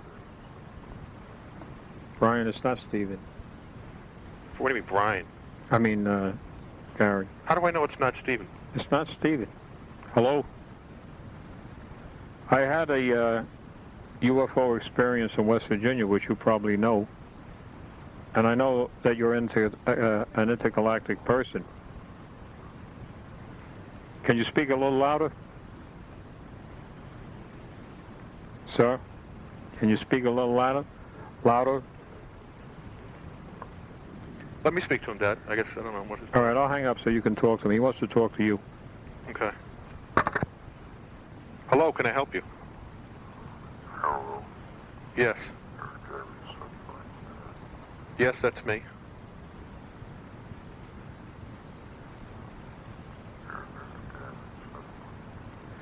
Yes, could you please identify yourself?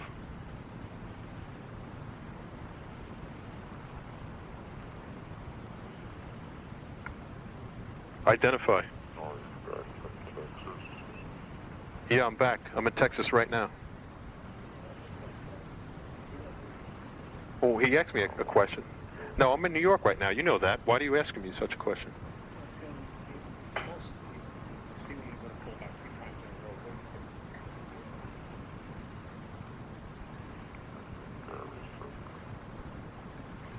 Yes. Stephen, if this is you, I swear to God, I'm going to be pissed. Huh? I'm trying to listen to him. Excuse me?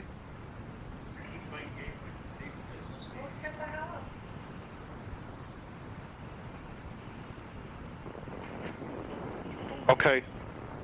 Eventually I'll be back from Texas. Could you speak more? Please speak more.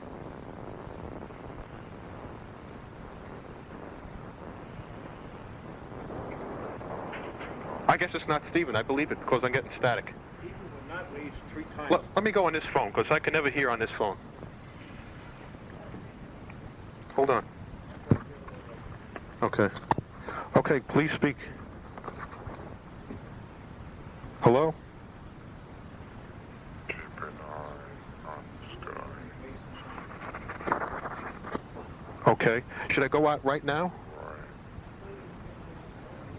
Right now? The full moon. Okay, see, I'm not sure where Orion is now, but we'll go outside. Show double from you. It would show double from me. Repeat that again?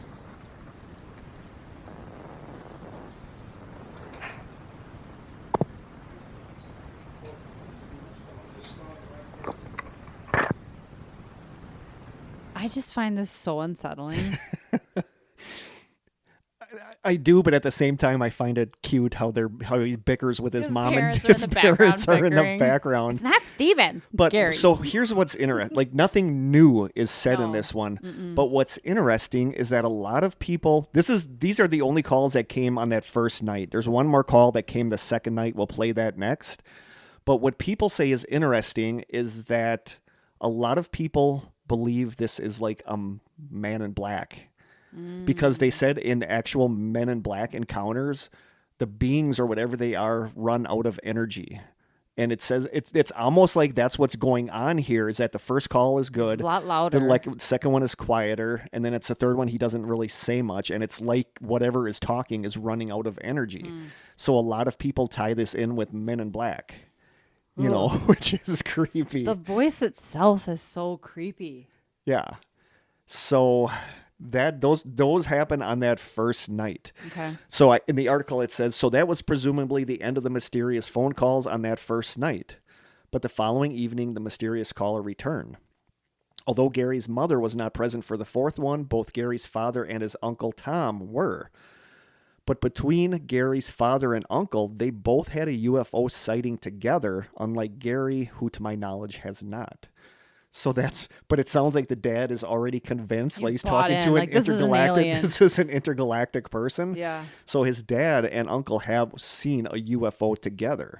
So people wonder if this is a Man in Black calling. Why does he keep asking for Gary though when it's his dad that saw it? I don't know.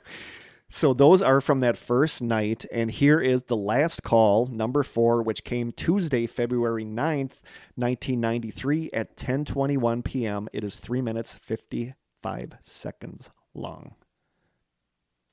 Anyone trying to call me at that time is getting my voicemail. Especially if they use this voice. Yeah.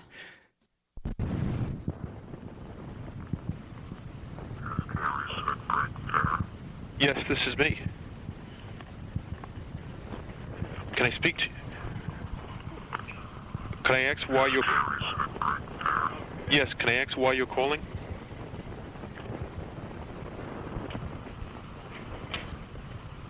Can I please ask... Yes, this is. Yes, that is me.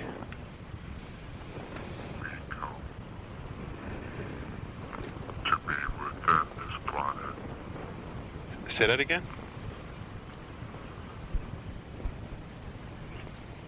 This planet. Leave?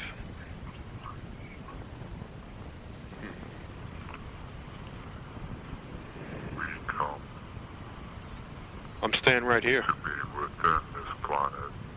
Is this a joke or what?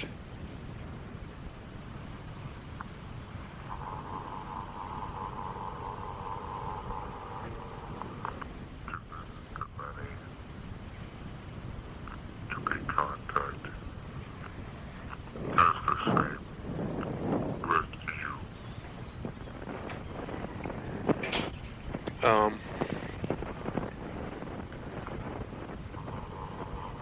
I have to think about that.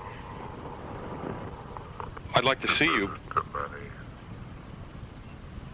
To be contacted as the same with you. Hey, let me tell you something. I've been listening to you, and I've had contacts with you.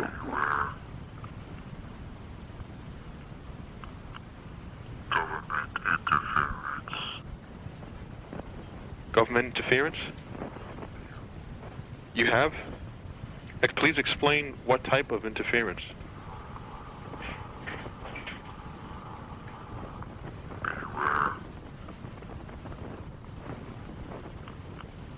Okay. Interference. Visitations to be disrupted by them.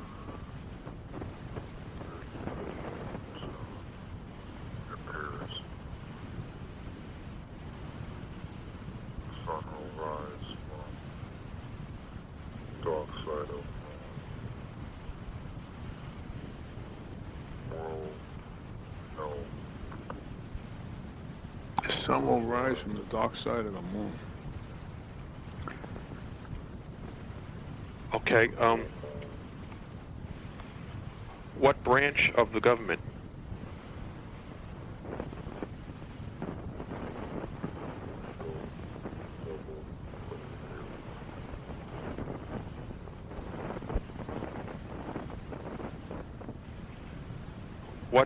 What should I do?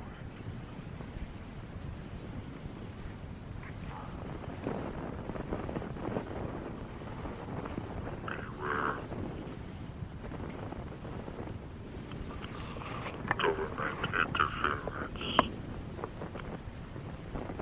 Visitations to be disrupted by them.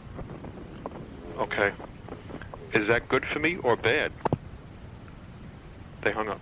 This just gets weirder and So weirder. that's it for the phone calls. In this call, the voice says, it says, "We come to be within this planet." And then it says, "in this planet." It says, "to visit the many, to be contacted as the same with you." And then it says, "beware government interference." And then it says, "government interference, visitations to be disrupted by them." And then it says something that's unintelligible that ends with the word "appears." And then it says, "the sun will rise on dark side of the moon, world no." So that's what it says. And then you mentioned that weird sound. Yeah, there's A lot some of people weird thing think in the that's a tape background. deck or a tape recorder being rewound. But I don't know. Or it's But an I'm going to alien jump into the spacecraft. rest of this normal paranormal article. okay. It says, quote, Ugh. "The argument could be made that the mysterious caller sounds just like, well, a recording. In other words, it could be that there was no intelligence behind the voice and that it was merely a recording played on a loop. However, when I listened carefully to some of the calls, there seem to be times when the patterns of the responses appear exactly the same, but at other times they differ slightly. That's what I thought. Regarding the particular tone and style of the calls themselves, I counted 17 instances of the voice in the first call, 16 in the second, 15 in the third, then back up again to 17 on the fourth and final call on the second night. Weird. It's almost as if the caller seems to lose energy as like you mentioned during the thing, it's like almost a like a wind-up wind-up toy. toy that's losing energy. It's almost as if the caller seems to lose energy as the calls progress throughout that first night, since the audible volume becomes noticeably quieter. I find it interesting how those who come face to face with apparent men in black type entities describe a similar characteristic in their speech patterns. The other thing worth noting is how mechanical the voice itself is. This also matches up with reports of encounters with men in black too. People also report those entities as very mechanical or robotic, leading some to consider if they are intelligent entities at all or just drones of some sort, perhaps under control by another unseen presence. I wouldn't describe them as mechanical. Emotionless is more Yeah. what I would say. It sounds like a human voice. So there's a really good YouTube video by YouTube user Pandox. So if you do a search on this on YouTube, you'll find the one by Pandox. Pandox went in and sped up that voice, and then it sounds just like a normal dude Really? talking. So it sounds like it was a normal, but he said when you compare it with Gary himself, like people suspected that Gary was hoaxing this, that it was Gary's voice on the recorder and somebody was playing it. But they said it doesn't sound quite like Gary, but it sounds like if you listen to the sped up voice, it sounds like a normal New York guy talking. What I keep thinking of when I hear it is when you're watching like some show where they want the person talking to their identity to be concealed. That's what their voice sounds like. Yeah. They're in a shadow and they're interviewing them and their voice is like distorted. That's what it sounds like. Yeah. And this, I found this was like a tangent of this that I thought was interesting. So there's somebody named Jack Sarfati, Sarfatti. He's a quantum physicist, Okay. like a big time scientist guy. So when he was 13 years old, he says in his own words, quote, I was reading a book on computer switching circuits at home when the phone rang. I answered it and heard a strange sequence of clunking mechanical sounds. Then a metallic sounding voice came on the line. A cold mechanical voice is the only way I can describe it. It gave a long series of numbers that I did not understand, and then it called me Jack and told me that it was, quote, a conscious computer on board a spacecraft. It may have said it was from the future, but I'm not sure. However, that was the implication of what it said. Anyway, it told me that I've been selected to be one of 400 young receptive minds to be part of a special project, but that I must make the choice myself. Oh, heck no. The voice on the phone How old told is he? A kid? Like 13? 13. The voice on the phone told me that I would begin to meet the others I was to be working with in 20 years. I was scared and everything in me screamed to say no and hang up. I felt a strong jolt of electricity go up my spine to the base of my skull as I heard myself say yes. I was terrified and fascinated. The voice said, quote, good, go out on your fire escape and we will send a ship to pick you up in 10 minutes. Oh my God. When I hung up, I ran like a bat out of hell and found my friend Winky, who is now a homicide detective in Brooklyn. Winky. Detective Winky. We and a few other kids came back to my apartment to wait for the flying saucer, but it never showed up.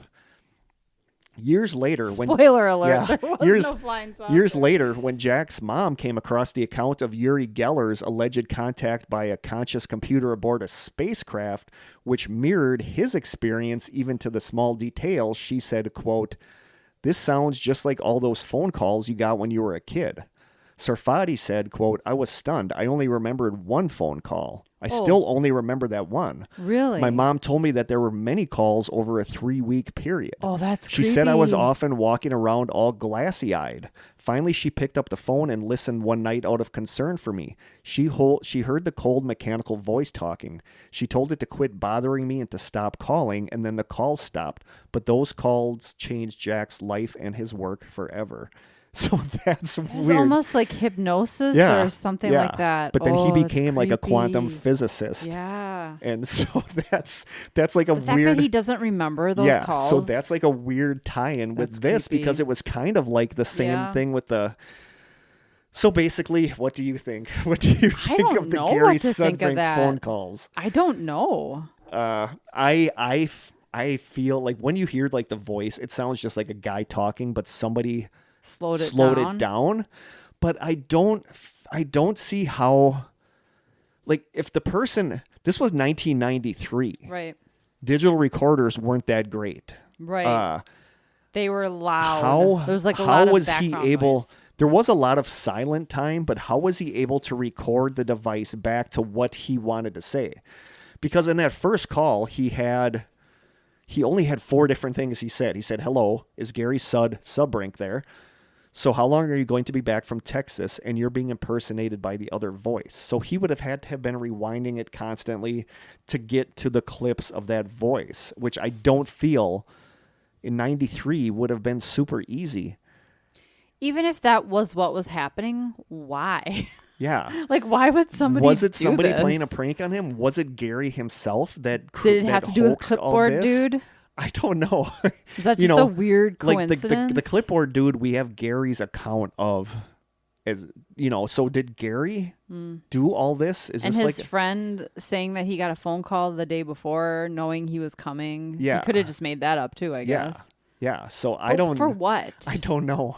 I don't Why? know. Did I he don't make know. money off of this? No, like it's not really that well known. I've never heard of it. You know, Which so, isn't saying much, but So I think it's a prank. I by love somebody. this kind of story. I do too. This is I my do too. favorite of everything we talked about today. Yeah, I love this one too. It's such a mystery. And it's weird. It's creepy.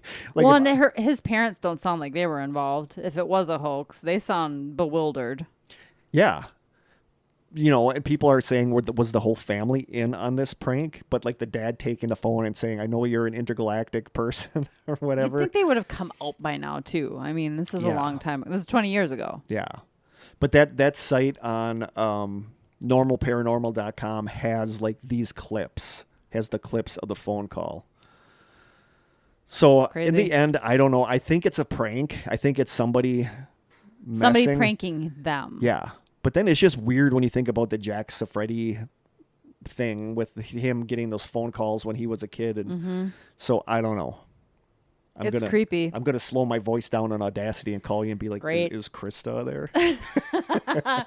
I'll immediately assume it's not you because we don't talk on the phone ever. No, I hate phones. We're texters. I hate phones. But there you go. There is the story of Gary Sudbrink and his phone calls. That's really Thank you to whoever suggested that. I'm sorry that it took me 3 years or whatever, 3 seasons to get to it. But it fits in perfect with the spooky phone calls. Yeah. It could have been on there. So there you go. There are 3. There is the Nahanni Valley in Canada, what little I could find about Huntland, Tennessee, and the phone calls that Gary Sudbrink got. Dang. What do you guys think? I love the listener suggestions episodes. So if there's something you want us to cover next season, let me know. We probably have suggestions that have been sitting on our page. Sitting somewhere. So we probably just remind us. We do have suggestions somewhere. I know I've gotten messages on Instagram too about stuff we should cover. So I will try to be better with this. Me too. But for now, I have one song choice. Okay. Whatever time are we looking at? An hour and 52. It'll be around 2 hours. That's not bad. Do you have any questions? Yes, we have one question. Sweet. So I have one song choice for this week, and I love this band. This is like one of my all-time. I think they're just like such a vastly underrated band. And if listeners get into any band from my suggestions, I would really want it to be this one. And I'm just going to tell you right now, the band is the Gaslight Anthem, and it is their song May, M-A-E. I've actually heard of this band. Seriously? I feel like most of the stuff you talk about, probably, but most of the stuff you talk about, I've never heard of. They're so good. They're so amazingly good. They just came out with a new album I haven't bought yet. I have like $100 in my Amazon because I do that Amazon shopper panel. Oh yeah. Where every month I send pictures of 10 receipts from grocery stores, and then they send me a $10 Amazon gift card. Nice. So there's probably all sorts of I'll probably be getting calls from like Gary, But it is their song. Content. It's their song May, M-A-E, a girl's name. But why I love this one is the lyric video. Like, I love lyric videos. A lot of times, like, if a band doesn't release an actual video, like a fan will release a lyric video. Sometimes it's just like a still picture with the lyrics on the screen. But this one, I've always just like absolutely loved this. So it's by YouTube user Callum Tosh, who wrote in 2012, he said, "This was my final project for typography at uni." I think he's a British person because uni is so British. It's a kinetic typography piece for the Gaslight Anthem song called May. The idea was to put across the song's themes of nostalgia. I wasn't going to let I was that hoping go. that you weren't even going to mention that I said that. The idea is to put across the song's themes of nostalgia and make it seem like an old piece of film. And it's such a cool lyric video. Like, there's one part in the video where the lyrics appear on like a artistic looking drive-in theater screen. Cool. Yeah. And there's cars there and stars up. And I just love this video so much. I watch this at least once a week, and it's nothing like amazingly special, but I think it's like so well done. So here are some of the YouTube comments for this video. Somebody writes, quote, "Absolutely stunning work. Combined with the song, I was almost moved to tears. An A++ would be warranted in my book." Somebody else writes, quote, "I love this song. It's my favorite off the new album. Touches home in so many spots. The video is also really great too. Simple, classy, right on, good stuff. Keep it up." Somebody else writes, quote, "I love the song, but this video takes my breath away. One of the best music videos I've seen in a long, long time. If you don't get top grade, I'd be very surprised. I loved watching it, and thank you for sharing your incredible talent." Somebody else writes, quote, fantastic work. My favorite song by the Gaslight Anthem. This video does a song justice in so many ways. And it's just a lyric video. But then the guy came back on and said his professor was super impressed with it. So I think he got a really good grade. Nice. But that is for this episode. It is the Gaslight Anthem song May. And it is Callum Tosh's Kinetic Typography lyric video. So I'll post that in the group. And our listener question was sent to us. Anonymous writes, quote, if you met a government-style genie who could tell you 3 answers to various conspiracy theories, what would you ask them about? Dang. JFK would be the first one. JFK is one of mine. Number totally one. one of mine. And like, I always think back, I believe it was this episode, but the latest season of the X-Files that people seem to really not like it was just a couple years ago. You know, like X-Files is like an older show, but then they came back for one season, and then a couple years later they came back and did this one last season, which people seem to hate, except for like 3 episodes. But there was an episode in there called, oh my God, I can't remember what it's called now. I think it was called The Lost Art of Forehead Sweat. And it was a really, it's like everybody said, I've seen it on lists as one of the best episodes of the X-Files. But it's about this guy, I can't remember what his name is, that is like kind of like, I think he's like kind of like stalking them for a little bit. And then he's like, no. Just your casual stalker. Well, no, he's like, I was with you in the X-Files. And then it's all about the Mandela effect. Oh. And then they play like the introduction of the show where he's like edited in, and they play like scenes from like classic episodes where he's edited into the scene. You know, and it's so good. Like this first scene when Scully comes down and Mulder's like, welcome to the FBI's least wanted. Like he's standing there with Mulder and he's like, you guys don't remember me? And it's like all about Mandela effect stuff. Okay. But at the end, this alien comes down and he comes out of his UFO in this Segway and he's like cruising around. And it's a really funny episode. And he gives Mulder a big book called The Truth. So he's paging through it and it's telling him answers to everything. And then Mulder's like distraught because now he knows everything and there's like no mystery left for anything. Oh, interesting. So that's why I don't want to know Everything. if ghosts truly exist. I don't want to know if aliens truly exist. Like the big mysteries, I'm okay not knowing.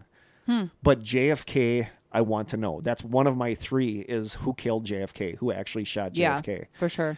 My second one, of course, you know me, it's going to be The Bet Sphere. what was the Bet Sphere? That is my number 2. What is the Bet Sphere and where is it right now? That's my number 2. And number 3, I was thinking on the drive down here, I want to know where Maura Murray is. Oh. That's my number 3 because Is that a government conspiracy? it's not though? a conspiracy, but I'm just taking these as anything that we've talked about. Anything you really want an answer to? Like, I want to know where Maura Murray is so the family can get some rest and so that the whole Maura Murray ordeal can be done. Like, I want to know, I want them to find her so the family can be at peace, and I want people to know what really happened instead of all these people that are, like, trying to become figures in the whole Maura Murray mystery. So those are my 3. Okay. JFK, for sure. Would you do Bigfoot? I was going to say Bigfoot and aliens. And to me, it doesn't ruin the mystery. As long as the government declassified and was like, yes, we have bodies. Yes, we have craft that we've recovered. Yes, aliens are real. It doesn't answer all the questions for me. It just confirms what I already Bigfoot, know. I kind of don't want to know. Like, that's one that I want to be a mystery. Like, it surprised me how much I don't want answers to some of this stuff. But the ones that are more concrete, like who shot JFK? Where is Maura Murray? What was the Bet Sphere? Those I want answers to. Well, and part of the Bigfoot lore is that the government does have knowledge that Bigfoot is real, and I would want to know that because it still doesn't answer all the questions. Just tell me it's real. Yeah. But they're not going to say yes, and it's also an intergalactic being or an interdimensional being. But or you just want a straight up yes. I just want like someone to be like, exists. yes, it's real. Okay. I thought that So was I'm a the really opposite of you. I thought that was a really good question, Yeah. actually. Yeah, I want Honorable mention. This is slightly controversial. Just because the theories are out there, I want the government to say with 100% certainty, we had nothing to do with 9/11. Yeah, at some point we're gonna have to do an episode about 9/11. But that's like a topic I don't really want So hard. to but there's like interesting, like There are conspiracy theories I don't around it. believe I don't believe it either. the planes were really. holograms. I don't believe Oh, any of none of that that. stuff. But there's some screwy stuff, and one that I think I want to dive into more next season, because there's a lot of, like, I'm not saying I'm being swayed, but there's stuff about us going to the moon that to me is like, did we go when we said that we went back in the 69 or whenever it was? Like, I think we've been there since then. Yeah. But that first one, so I want to do an episode. Remember that episode when we talked about that? And somebody was like, "Are you guys idiots? This is how many times we've been to the moon." Oh, and I know. Blah, blah, and I know. I but still like, don't know. Like, the big question is, I forgot all about that. Yes, like, yes, the big we are question is, idiots. did we go the first time Right. because Was we it were a in such a hoax? space race? Was it staged? So I think we want to dive into that, but 9/11, I think we have to do. I think at some point we're gonna have to do COVID, even though I don't even really want to Yeah. get into that whole ball of wax. But from the conspiracy theory spin of it, it makes sense. Yeah. So yeah, like 9/11 stuff, I would want to know too. Yeah, I just But want that there are weird, reassurance. but like everything like that, there are weird aspects to it that make you question whether or not it happened the way that we were told it happened. So that's something that we'll have to dive into at some point. But yeah, I thought that was a really interesting question. Yeah, good question. So I think that's it for this episode. We're over 2 hours now, so. I'm gonna have to go in and edit because I stumbled over Well, words a and lot. when we take out the beginning chit chat for the Maybe I won't edit Colby it. We'll subscribers. see. I feel like the first story I stumbled a lot on words. You and restarted stuff. some paragraphs. I restarted some Yeah. paragraphs, so I will see. Maybe I'll edit it. Maybe I won't. We're gonna see. The next episode I absolutely cannot edit because I got to go down to Aaron and Nicole's house for birthday parties. So that one I cannot edit. So I'll try We have to be on our top game. We have to then. be our top game. Yeah. Have we ever been on It's our like top game? 60%. Yeah. Yeah, for us. Yep. So hopefully you guys like this episode. Like as much as I know Brad wanted us to do the Nahanni Valley, which I find fascinating. Yeah, it was like, really good. I love the phone Gary call. That Sudbrink, took the top. but one. that's just me. Like That was phone the call cherry on stuff, top. phone call, Yeah. anything with phone calls and me is just like, Well, and the fact that we got to listen to the phone Yeah. calls, that really got me. yeah. love that. So let us know what you guys think. Just super curious. Now we're gonna dive into a side sessions that I'm super duper excited about because this is one of my things. Like anybody that knows me knows that I love this stuff. I talk about on the podcast how much I love this stuff. So we're gonna be getting Yachty. We're gonna be getting Yachty on the side sessions. Yachty, not to be confused with Yeti. Yeah, no. That I could talk about for days. Yeah, but not yacht. But Not so much the not yacht Yachty. rock. Not yacht rock. No. So I'm gonna do it for at least a half hour though. I have 15, and then I got a bunch of honorable mentions. Like I could talk about Dang. yacht rock until my eyes bleed. Ooh. That doesn't really make any Yeah, sense. don't do but that. I Okay. just snorted right into the microphone too. So I think it's time to go on this one. So thank you guys so much for listening. We absolutely love Don't you forget guys. the deets. Oh, I suppose if you guys like us and want to email us, you can email us at thestrangesessions@gmail.com. We are on Instagram where Krista does an amazing job at The Strange Sessions.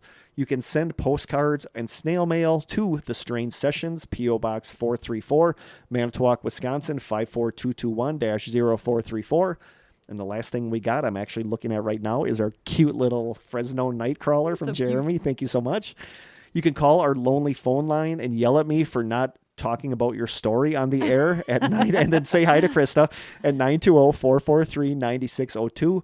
And you can send listener stories to our Gmail account that I'm going to hope to get back into one day at thestrangesessionsstories@gmail.com. Just do the password reset. I will, but I just always forget to do it. We're gonna run a tight ship next season, boy. Oh, yeah, we're gonna really- these first 7 seasons. We're We're gonna just dial it we're in. just Yeah, let's just practice. just practice. Next season is gonna be grandiose. Oh yeah. So, but Get ready. Yeah, so buckle in for We're season. gonna have all 8. kinds of sponsors. Yeah, it's gonna be magical. So from Our sponsors will all be like podcast editing services Yeah, because they yeah. just Do you think need- we need the do help you need so help? bad. Maybe we should start taking some of those people up that we email get us a to lot of help editing the emails. podcast. They're like, nah, we're okay being maybe they're onto mediocre. something. Maybe they're onto something. So from Krista and I, down in the strange cellar, we absolutely love you guys. We do. And we will see you soon. But until then, Stay stay strange. strange.